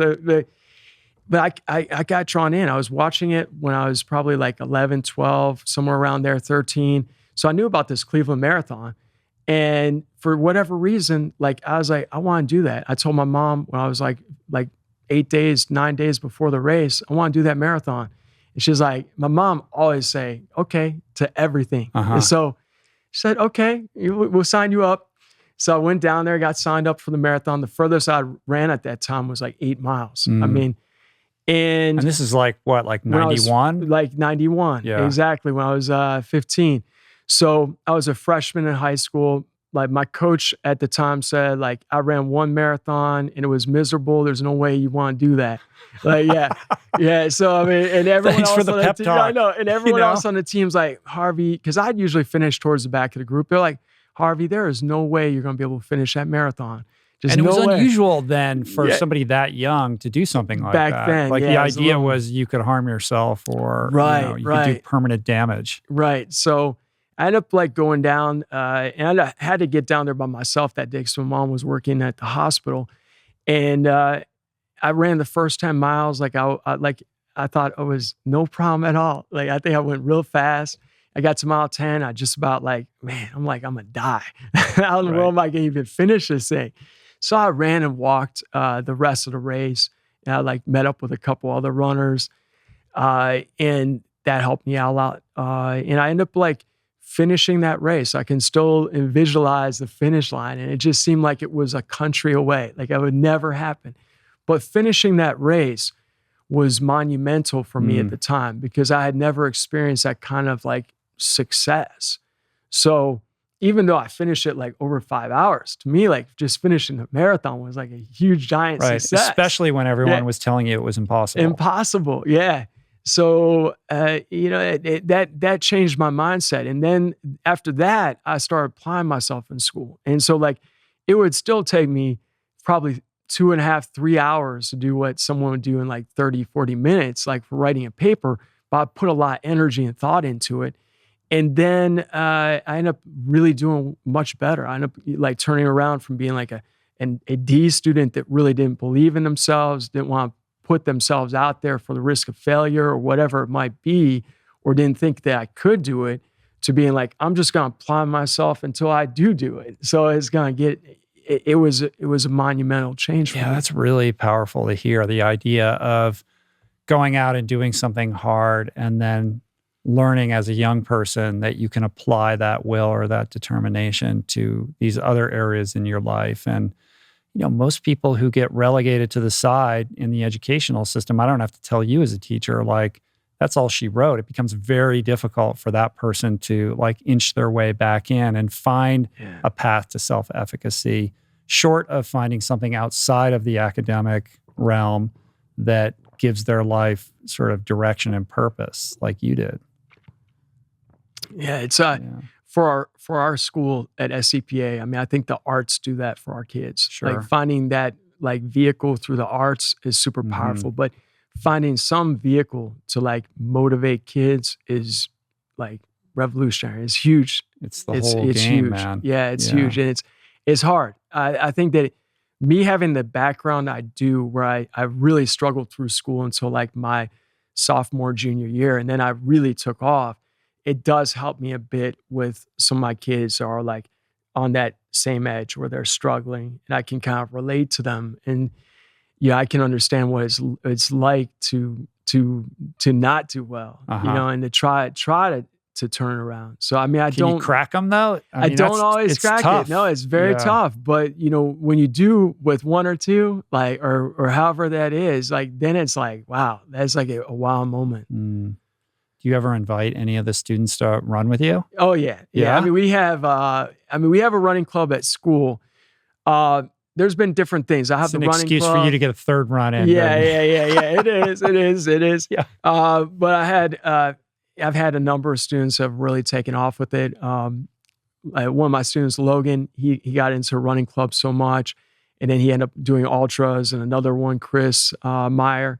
And it's kind of neat to see like them getting into it. And like actually Logan was at Badwater this year crewing one of the other racers. Oh, wow. So that was really cool to have happen. That's really cool. But one time I actually, with one of my students, because I was trying to really get his mind, focus on his mind, but I actually raced him on his bus. Like he took the bus home to his house, and I raced and I beat him. Like I said, okay, I'll race you home. You take the bus. I'm gonna run. I'm gonna beat you. And he's like, no way, you're gonna beat me. So I did it, and that was fun. So it was kind of like a breakthrough because then we were able to like build upon that, right? But it's there's no like cut science entirely with teaching. I mean, there's you have to like always be adapting and trying new things.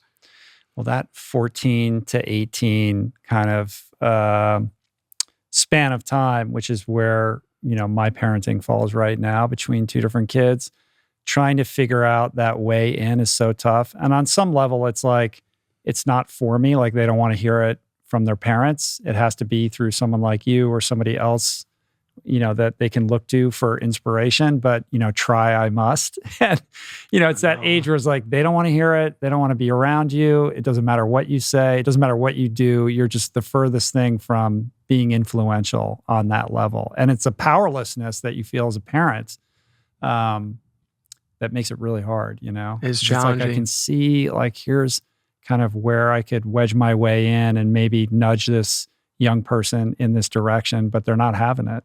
Exactly. And they got to find it for themselves, or they got to hear it from somebody else. Yeah.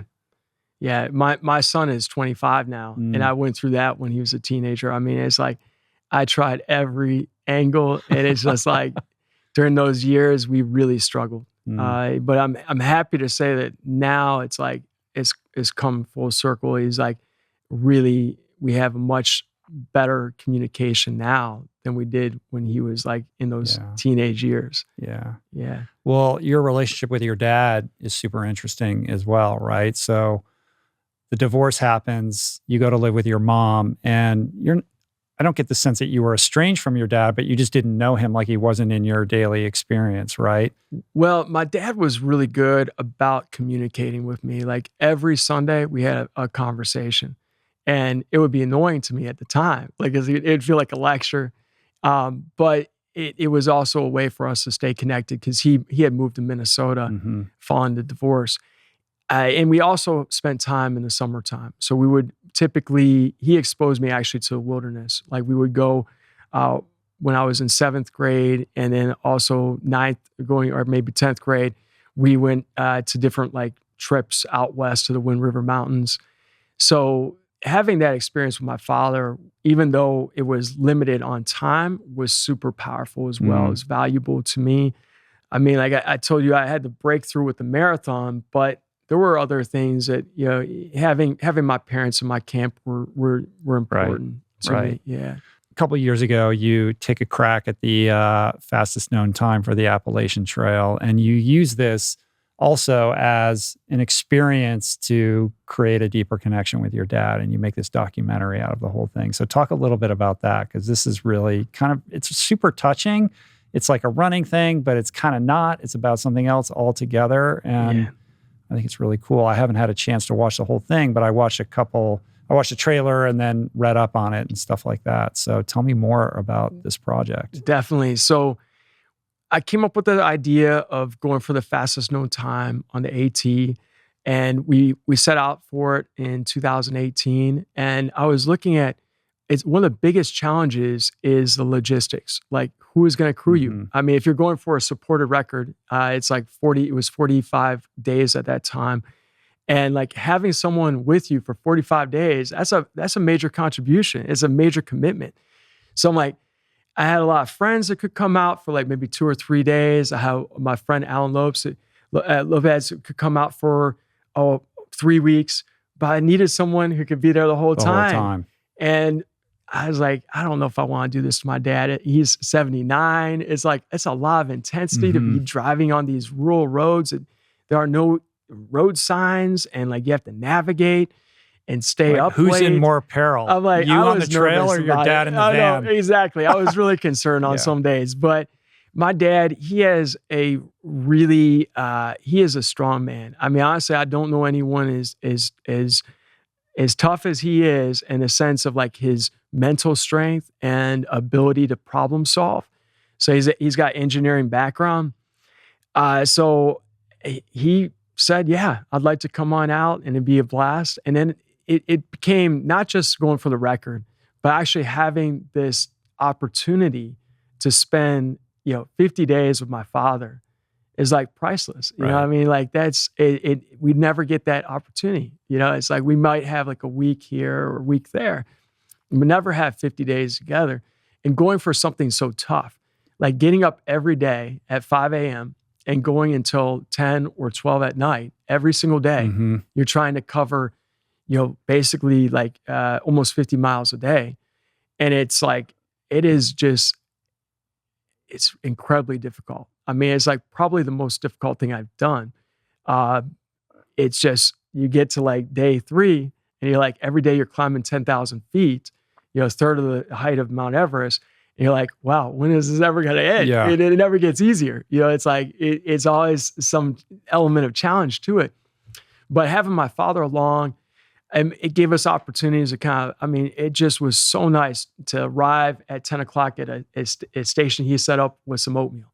And like, we just have like oatmeal it was 10 minutes, 5 minutes, 8 minutes. Right. Have a little Tuesdays with Maury moment. Oh, that moment. I mean, it meant a lot. And so we had simultaneously, we had this film that was being shot by Road ID, Like Harvey, Like Son. And Rudy Harris, who directed and produced it, he did an amazing job. Like, I didn't see that initially as the story. Like, I thought, okay, we're going to do like this documentary on the fastest known time. It's going to be really neat because we're going to have like these amazing shots of like the AT, and we're going to talk to people on the trail. But then it became so much more interesting. Here's the story. Right. What's going on between these two guys? Right. It was so much more interesting to focus on my father. Like, he's way more entertaining than I am. And he's sitting there talking to people and giving out like food to through hikers. And I mean, it's just, and then seeing the dynamic between he and I really had to rely on his. He didn't say one negative thing the whole time for 50 days. I mean, that's where you get it. One negative thing. Yeah. I do get a lot of that from my father. And he said, sorry to interrupt, but it's funny that you're like, he's so entertaining because he says in the trailer, like, Harvey's so charismatic. Like, I'm just a guy. Like, he's downplaying his own charm. Yeah. He's got a ton of charm, and I think he actually is the main star of the film. It was a fun documentary, and it's amazing to be able to have that piece with my father that's there. Sure. It's like forever. Right now they're in works with a major platform, so the hope is that it will come to a larger streaming service in the months ahead. Yeah, so it's kind of a self-released thing at the moment. Right, at the moment. It got a little sideswiped by the pandemic. So initially we were supposed to have a big opening out here in Hollywood. Well, not like a big, but a few theaters, and we were Right. gonna like generate. It was gonna be at several hundred theaters across the Oh, country. wow. Yeah, but it was supposed to come out. I think it was like literally a month after the pandemic started Mm. in April. Like Such a so, bummer, man. so it's okay. It's Yeah. what happens. So I ended up going to maybe like, I don't know if it made it to like 50 theaters or 60 theaters. I'm not sure. It did get Yeah. a theatrical release, though. I didn't know that. Wow. Yeah, and it won a number of film festivals. So believe it or not, it won like I think 11 different film Wow. festival awards. And so it has some really very nice components to it. I mean, and I'm just grateful to have it out there. But I'm hopeful that we can get it to the streaming service. Well, get it to a larger platform. Obviously we'll link it up in the show notes, but the website is likeharveylikesson.com. So people should just go there and check it out and stream it. Yeah. And I definitely will. I'm going to watch it tonight. I should have watched it, man. I feel bad that I didn't watch it before the podcast. No worries. So Barkley. Yes. This is what the sites are on right now. Yeah. Right? Like, why is this freaking thing so hard to crack? Like 15 people in the last 30 years have finished this thing? It's incredible. Like, what is the 1986. So why is it so hard? Laz just has created the most incredibly difficult race you can imagine for a number of reasons. Not only, I mean, it has 120 miles. Like, that's not that big of a deal.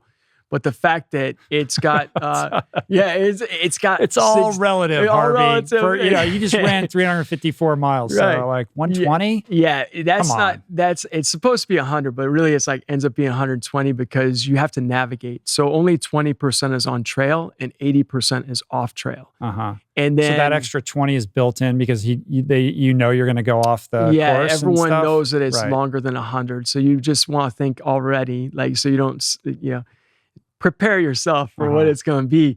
Then you got close to 60,000 feet of elevation climbing. So that's like 2 times up Mount Everest and back down in 60 hours. And then you have going in the fog at nighttime. Like imagine you're off course or you're on a course that's off trail and it's pitch black. It's going to be maybe a quarter moon. There's fog. You basically are relying on somewhat intuition, somewhat on your compass. I'm carrying that with me now all the time. An orienteering kind of thing. A little bit of orienteering. And then not only that, you have to follow Laz's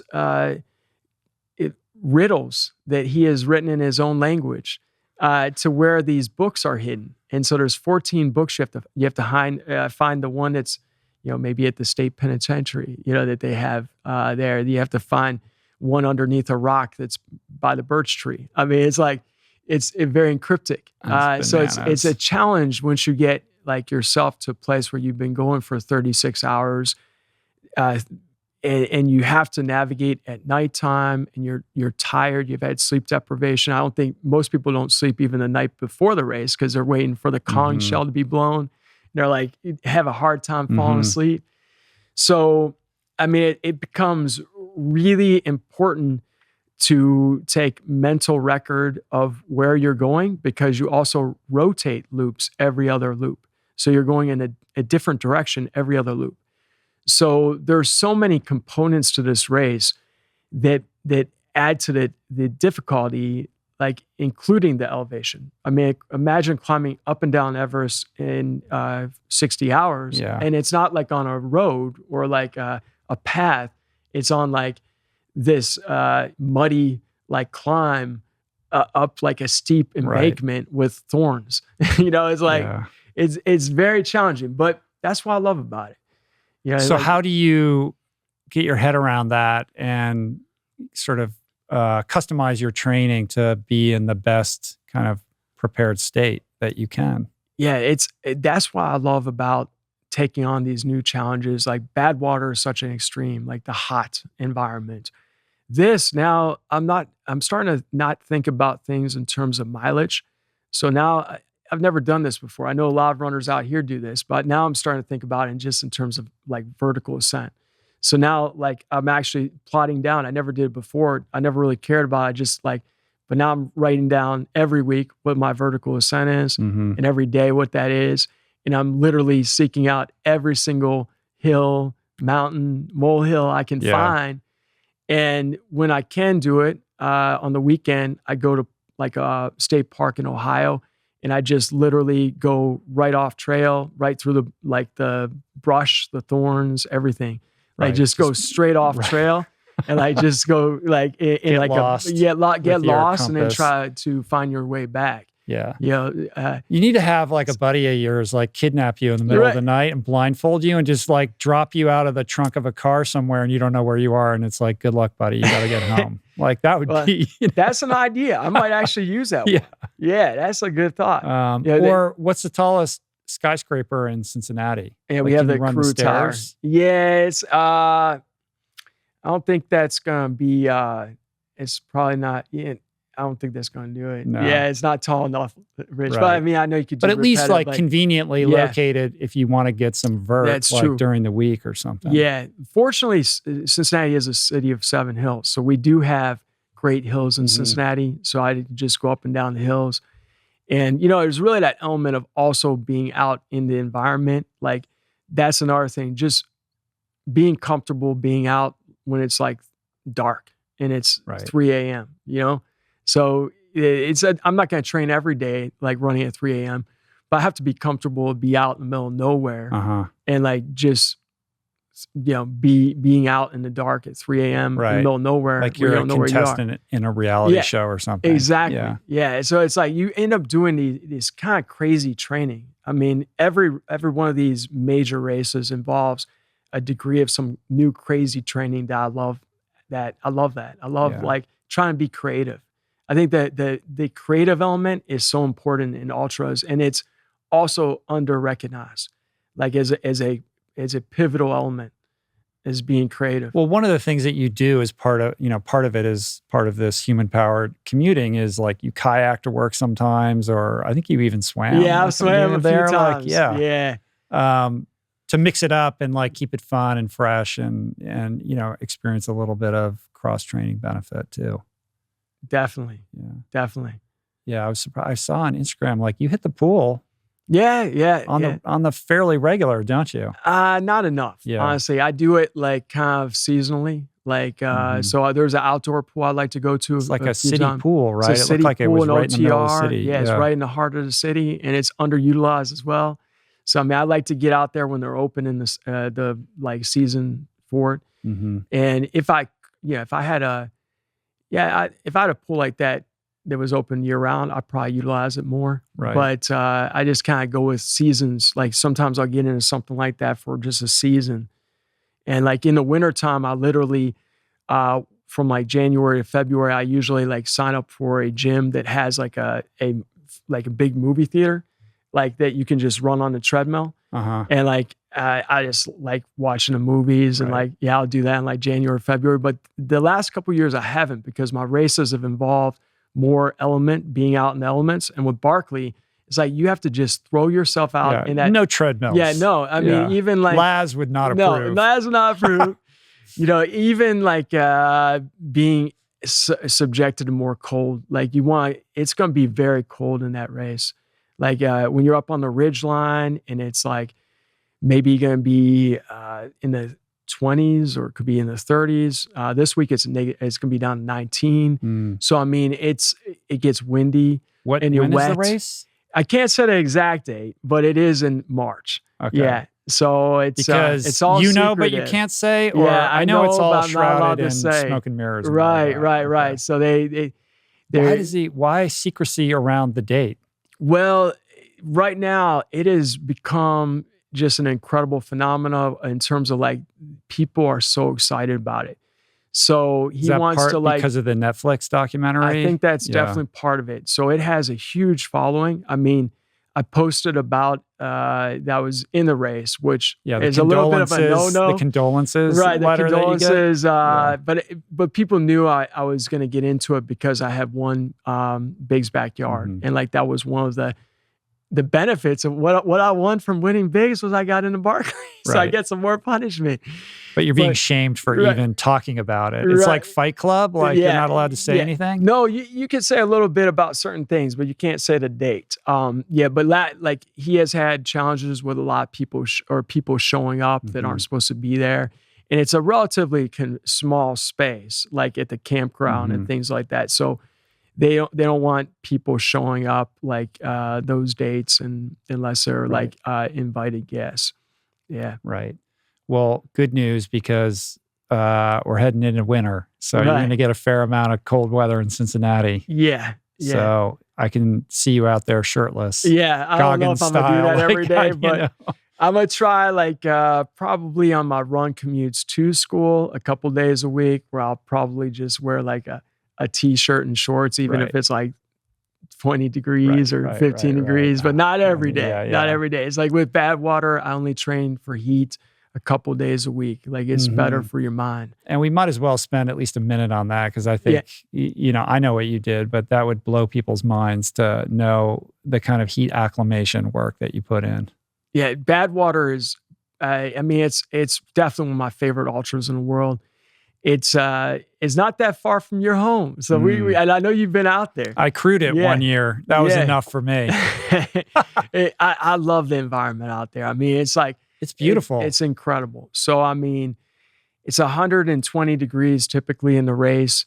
It's 135 miles. You go up over 3 mountains and you finish on Whitney. And this year was magical because it was my 10th year running Badwater. I had won the race back in 2014 on the alternate course that year due to the park closure. Right, there was all that shenanigans. Yeah. And so it was a dream of mine. I write out goals each year. And like that was one of my like 12 goals for the year was to win Badwater. And it was wild because I had written it down. And I mean, you just like, it was a bit of a high stretching goal. But to have it come to fruition was, again, it was just incredible because I've been dreaming about that again for years and working at it and just trying to tweak and tweak. The race was, it was very windy this year. And there was a runner from Ukraine who got out ahead. He was leading throughout most of the race and he was continuing to build a lead. And then going up the second mountain, this was about mile 79 or to 83. I was really feeling beat up. Like I was actually— That's the one where it's the middle of the night, right? Because of like the race starting they changed at 10 the starting time. PM. Yeah. Like the about last 6 years. So that's actually around, I think it was around noon, like about noon or 1 o'clock. And I was feeling like a bit beat up. I was trying to hang in there mentally. I was thinking, because I was like, I always think like, you never know what's going to happen to a person in front. And I was in second place at the time. And I'm just like, I just have to work through this. So my team, getting Judd and my other friends, they were trying to keep me hydrated, give me like enough liquids. I wasn't doing the greatest. Somehow, when I got to that aid station at Darwin, I had this just fire that hit me. And I just felt like a different person. Like, and I knew that at that aid station, I got the clock time on the runner in front. And I knew that he was struggling as well, because despite me slowing down, he had put no time on me. And I'm like, okay, I'm going to go get you. What was the gap at that point? It was about 25 minutes or so. Like, but I'm like, I'm going to just give everything I have. And then, so we started running, we ran a few miles, and all of a sudden we had this really special experience where the fighter jets literally just buzzed over top of us, like 60 meters above our heads. Wow. And that was just like, that just lit me up even more. And now I'm just like, all right. And then maybe another half a mile from that, literally I saw Igor, Ukrainian runner, and he was in my sights. And then I just was very consistent, not to overdo it, but to continually like chip away. And I think I caught up to him about mile 114. We had a really good exchange. Actually, it was very like positive between the two of us. It was actually one of the coolest moments I've ever had running, to have like a positive embrace, and where he's like, I was like, keep at it. And he's like, you go get it. And that was something really sweet. special. Yeah. Yeah. Wow. 2 wins, 10 Badwaters, plus the fastest known time from Badwater to the summit, Mount Whitney summit, right? That was another wild one. So just with crazy. 2020, So explain, first of all, Badwater, for people that don't know, 135 miles across the desert. Most people are familiar with the crazy heat, and they know, some sense of what that's like, but they don't really understand that there's like an insane amount of elevation gain. And the last, however many, when you get into the portals and you go up to 8,000 feet at Mount Whitney, it's like the last, what is it? Half marathon is like straight uphill. Yeah, the last half marathon is definitely a climb. It's like another 5,000 feet up to the portal. But then it's a whole other thing altogether to continue past that point and go all the way to the summit, which is the highest point in North America. So the original concept behind this race was you go from the lowest point in North America to the highest point in the contiguous U.S. Yeah, absolutely. So Al Arnold did this back in 1976 and set it up. 146 is the original Badwater course. But the Park Service, as things are, they really didn't like the idea of having runners go up Whitney. You've run 135 miles, and now you're going to do a summit push, and it's treacherous up there. Treacherous. People would die for sure. Yeah, in the early days, we're talking about 20 people in the race. So it wasn't like the bigger number. Now we have 100 people. So I think that runners, we don't oftentimes put safety nets in there or like stoppage. So if it was lightning, I could see some people be like, oh, hell, I'm still going up there. Yeah. I'm so invested at this point. Right. So, it is good that we have the 135 with the number of runners we have today. But in 2020, we were having the pandemic and the race was canceled. And I had trained for the race and I had never done the 146. And I was always kind of intrigued about it. And Marshall Ulrich had the record going back 29 years earlier. I have a lot of respect for Marshall. 91? Same year you did that first marathon. Same year. Yeah, he's a phenomenal guy. So I thought, okay, well, I'm just going to organize my team. We'll go out there in August and we'll go for it. We raised money for the City Gospel Mission, which is like a homeless shelter in Cincinnati that also has a running program for individuals that are recovering. Oh, that's cool. It's so cool. And at first I was thinking, okay, we'll just go for like $1,000 or $2,000. I wasn't like really hyping it up that much. And by the time we got out there, we had like $5,000 were donated. And so that actually kind of fueled my fire, like going into that event at mile 17 to hear feedback from the team that, hey, we had already raised 5,000 and it was going up. And that to me, it meant a lot to me. I try to keep really a good pace going through the race. When I got into Lone Pine at mile 122, I felt there's no way I'm going to get this record. I was just depleted after going through the desert. I was exhausted. And I was like, okay, well, we're going to like go up to the 135 and we'll see how it goes. Maybe I'll just stop at that point. And so I was hiking up the final 13 miles that would have been to the 135. And I was talking to my fiance on the phone. And I said, Kelly, I feel like I don't think this is possible. I really feel like there's like a 1% chance I could do this. There's no chance I can do this. I feel depleted. That's an unusual statement coming from you. It's unusual. So if you're saying it out loud. Yeah, I was saying it out loud. It's real. It's like 1% chance I can do this. Like I feel like totally depleted right now. And as I was going up the mountain, like with about maybe 5 miles before the portal, the temperatures were starting to drop a bit. And I think I was able to get more liquids into my body. And I was starting to feel, okay, maybe there's something here.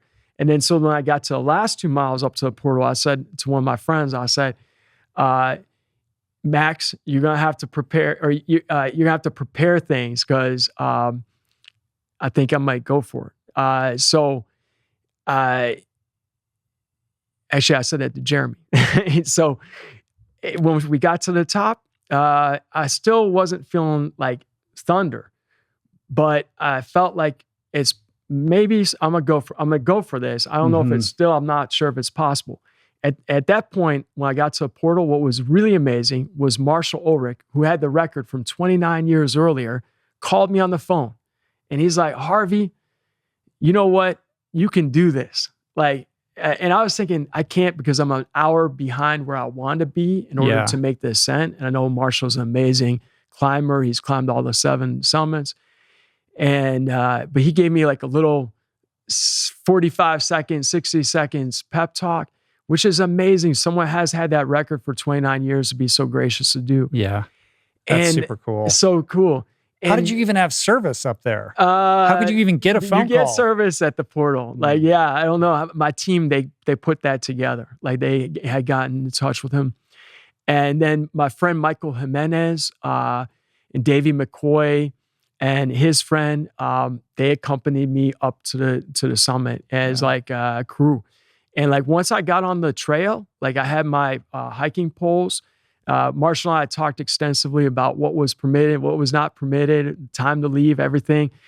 And I felt like a new energy. Like, again, it was wild. Like I felt different than I felt down below. Like I felt like, okay, I'm just going to go with everything I got. I don't know if we have a shot, but I was moving really fast. And Michael said, wow, it's hard to keep up with you. And, so once I got to like to the switch, once you get at the top of the switchbacks, you come up over the ridge line. There's like 1.8 miles left or something like that. Now I thought, okay, it's in our sight as long as I don't make any catastrophic mistakes. You know, and then to get there at like 3:30 in the morning, that was like just incredibly powerful. Because on the Appalachian Trail, we end up coming up short. We got like the 8th fastest time, which was, you know, still amazing because we got that, he had an amazing experience I could never take back. But again, to get up there to, you know, be a part of Marshall's record from 29 years ago, and then to involve my team and then to do it for the City Gospel Mission, that was cool. You got it. You clipped it by like 20 minutes or something like that. Yeah. But here's the thing. You get up to the summit, you did it. You still got to get down. Yeah. Right? You can't just get in a van and drive off. That's the challenge. The summit of this huge mountain. Right. So yeah, my mind was really thinking about that because the temperature, even in the summertime, is really cold up there. And especially after you're like, imagine like, if you can think about, if you've ran a marathon before, you've done some event where at the end of that race, you get really chilled fast. Like after That's like, why they hand out those like tinfoil blanket exactly. things. So like 10 minutes later, you get super chilled. So I went into the shelter, I think for like 5 minutes, literally. And then I was just all about focus, but it took me a long time to get down. Like actually, I wasn't trying to speed down. I was just taking my time, but I mean, it was slow. I mean, I was going so slow. You got 146 miles in the legs. I mean, you know, I think it's okay. Like, it's kind of amazing. The quads could even handle going down a mountain. But the food after you have experience like that is the best food of your life. Like, I mean, that's one of the things about these ultras is like having that period where you're kind of like, you're challenged. Some might call it suffering. I would never call it suffering. I like to look at it differently in that, but you're like in fatigue. And then once you have the opportunity to like relax, it's like the best relaxation ever to get into the hot tub or down at the bottom of Whitney is a really nice cold river, like a cold creek. And I like to just get in that creek and like, it's just, it feels like something magical. I mean, it's like rejuvenating. Like, well, you earned it, buddy. You know, people are going to kill me if I don't ask you, you know, what you eat on the daily. Like, what's a day in the life of food for you? Yeah, that's how's that work? It's during the weekdays I'm in Cincinnati, and then on the weekends I spend them with Kelly in Circleville. So Circleville is a country town.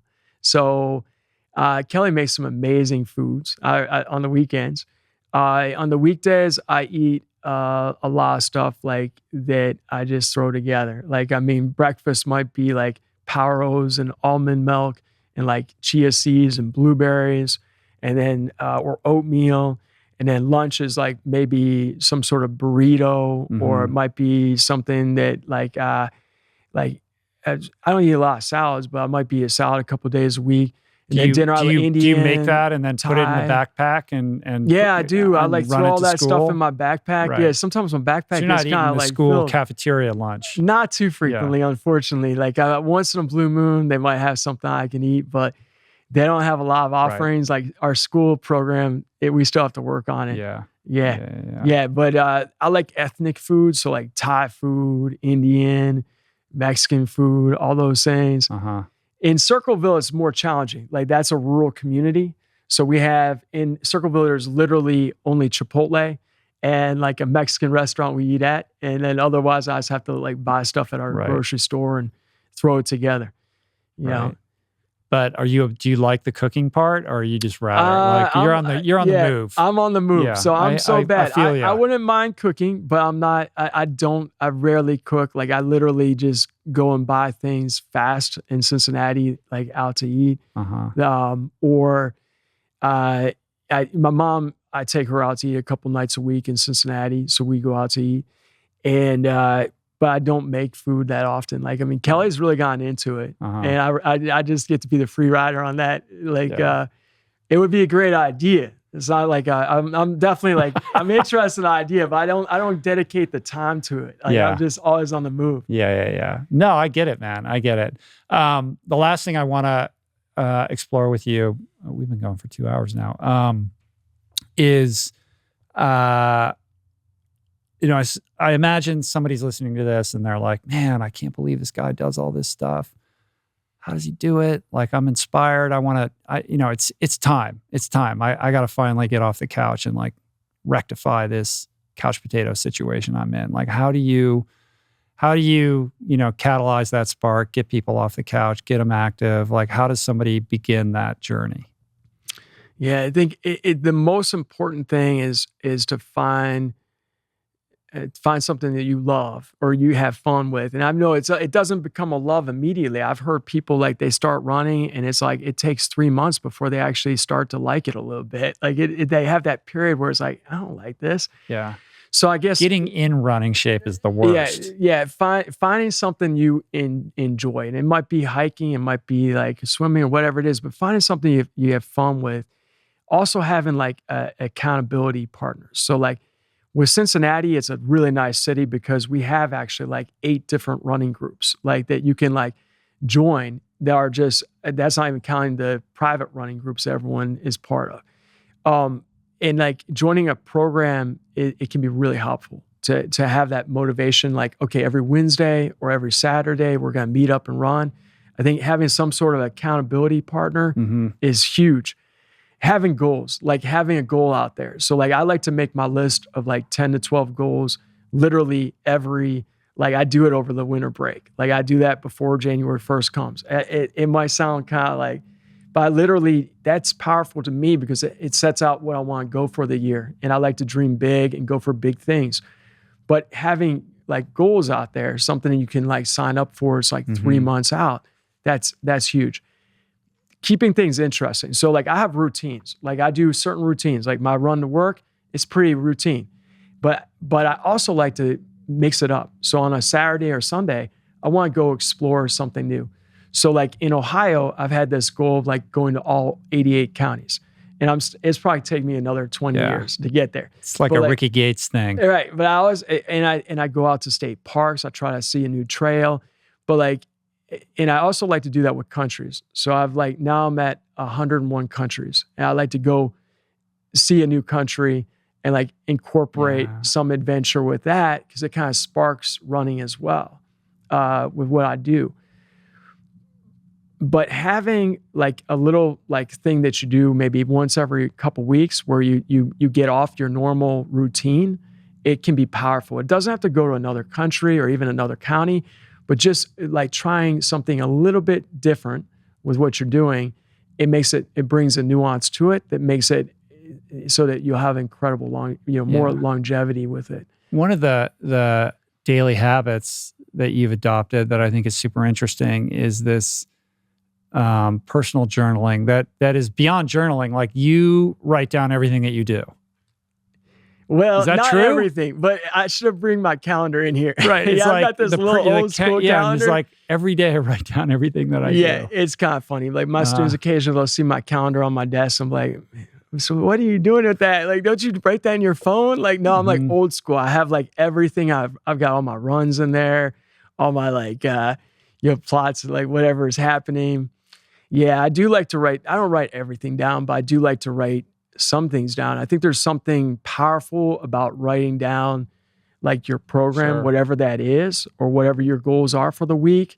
Like there is some power to that. When you write something down, like before Biggs, I also had some things on my mirror.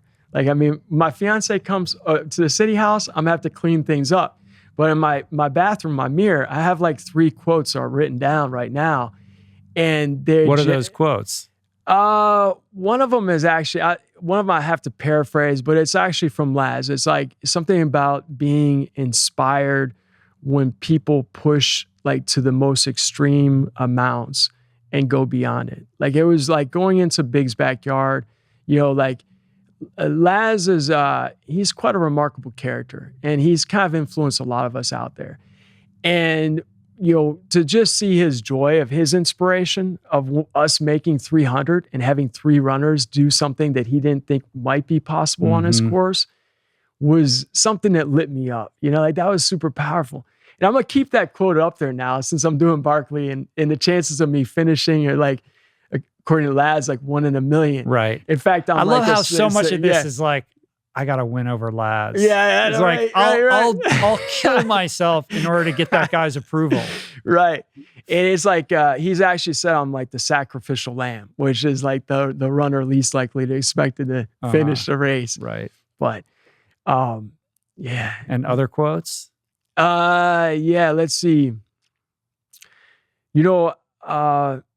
Actually, there's one from David Goggins. I mean, David and I, we've done some races together and I admire him. I think it's uncommon amongst uncommon. Right. Yeah. Yeah. To be, I don't know exactly how it it's goes. Something, it's like I'm paraphrasing. I'm messing it up again. But it's something you're pushing yourself to a place where you never imagine yourself to possibly go to. Right. His other big quote is all about this idea that when you think you're done, you've only tapped into 40% of what you're capable of. I mean, how do you think about that valence between the mental and the physical with what you do? I mean, it tips so mental when you're talking about Biggs. It's like it's all in the head.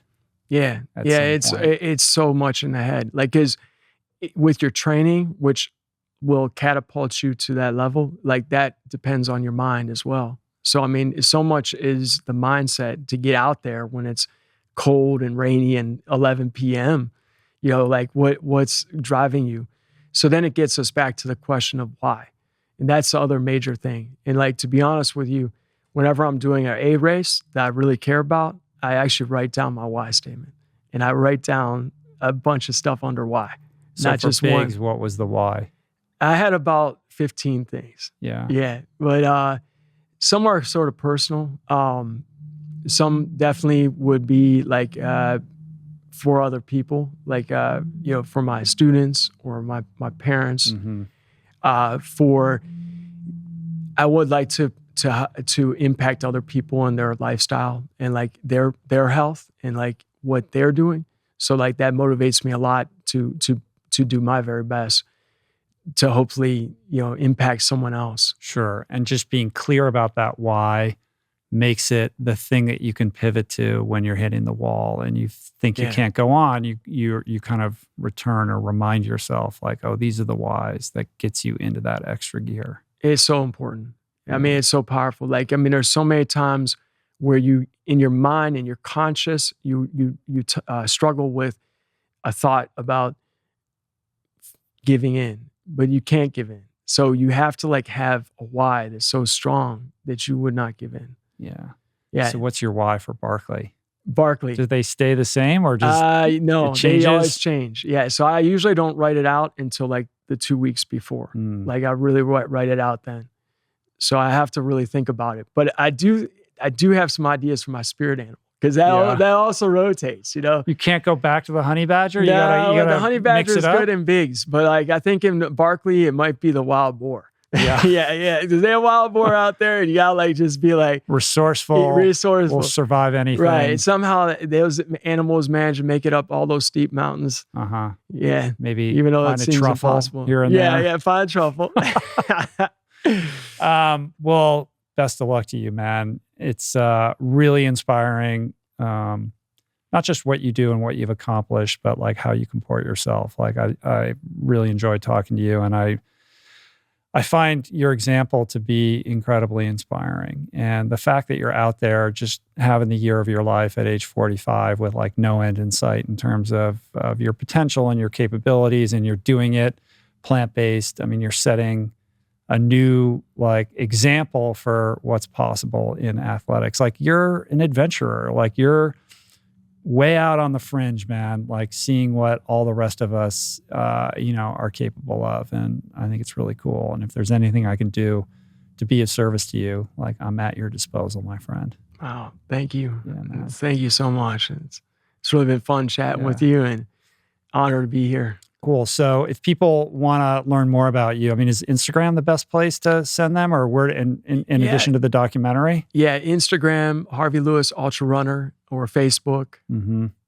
That's your deal, man. Yeah. You got a website? You don't have a website, I don't have a website. No. Yeah, no, keep it old school. I have Run Quest Travel. So I didn't mention it, but I do take people on running holidays in June to Portugal. Oh, in Portugal. Yeah, wow. Yeah. So in June. If you ever want to come along, there's some amazing swimming places as well. Nice, and mountains to hike up and run, all kinds of things. I'm going to be thinking about that. Yeah, I'll just be coming back from, we're doing one in Italy in May. So I don't know if I could back to back it. Maybe I'll just stay there and go from Italy to Portugal. That would be the way to go. I gotta talk to Julie. Where are you about guys that. going in Italy? We do this event in Tuscany every year. I mean, COVID, obviously we didn't do it, but we have this amazing location there, this like working olive farm where we've been taking groups for many years. And it's sort of a 7-day kind of food, meditation, trail running, extravaganza experience. Wow. Yeah. That sounds like a dream. So got a spot for you if you want to do that first and get a lead on your Portugal trip. My principal might not be too happy. That's about right. Me missing. Yeah, when school get out, you get those summers off, man. Right. Yeah. Now that's a big thing. But yeah. Right on. Well, good luck at Barkley. When you conquer that thing, you got an open seat to come back here and tell me how you did it. Wow, that's another why. All right. There you go. I just added to the why. You just added to the why list. Cool, man. Appreciate you. Thanks, man. I appreciate it. Peace. Plants.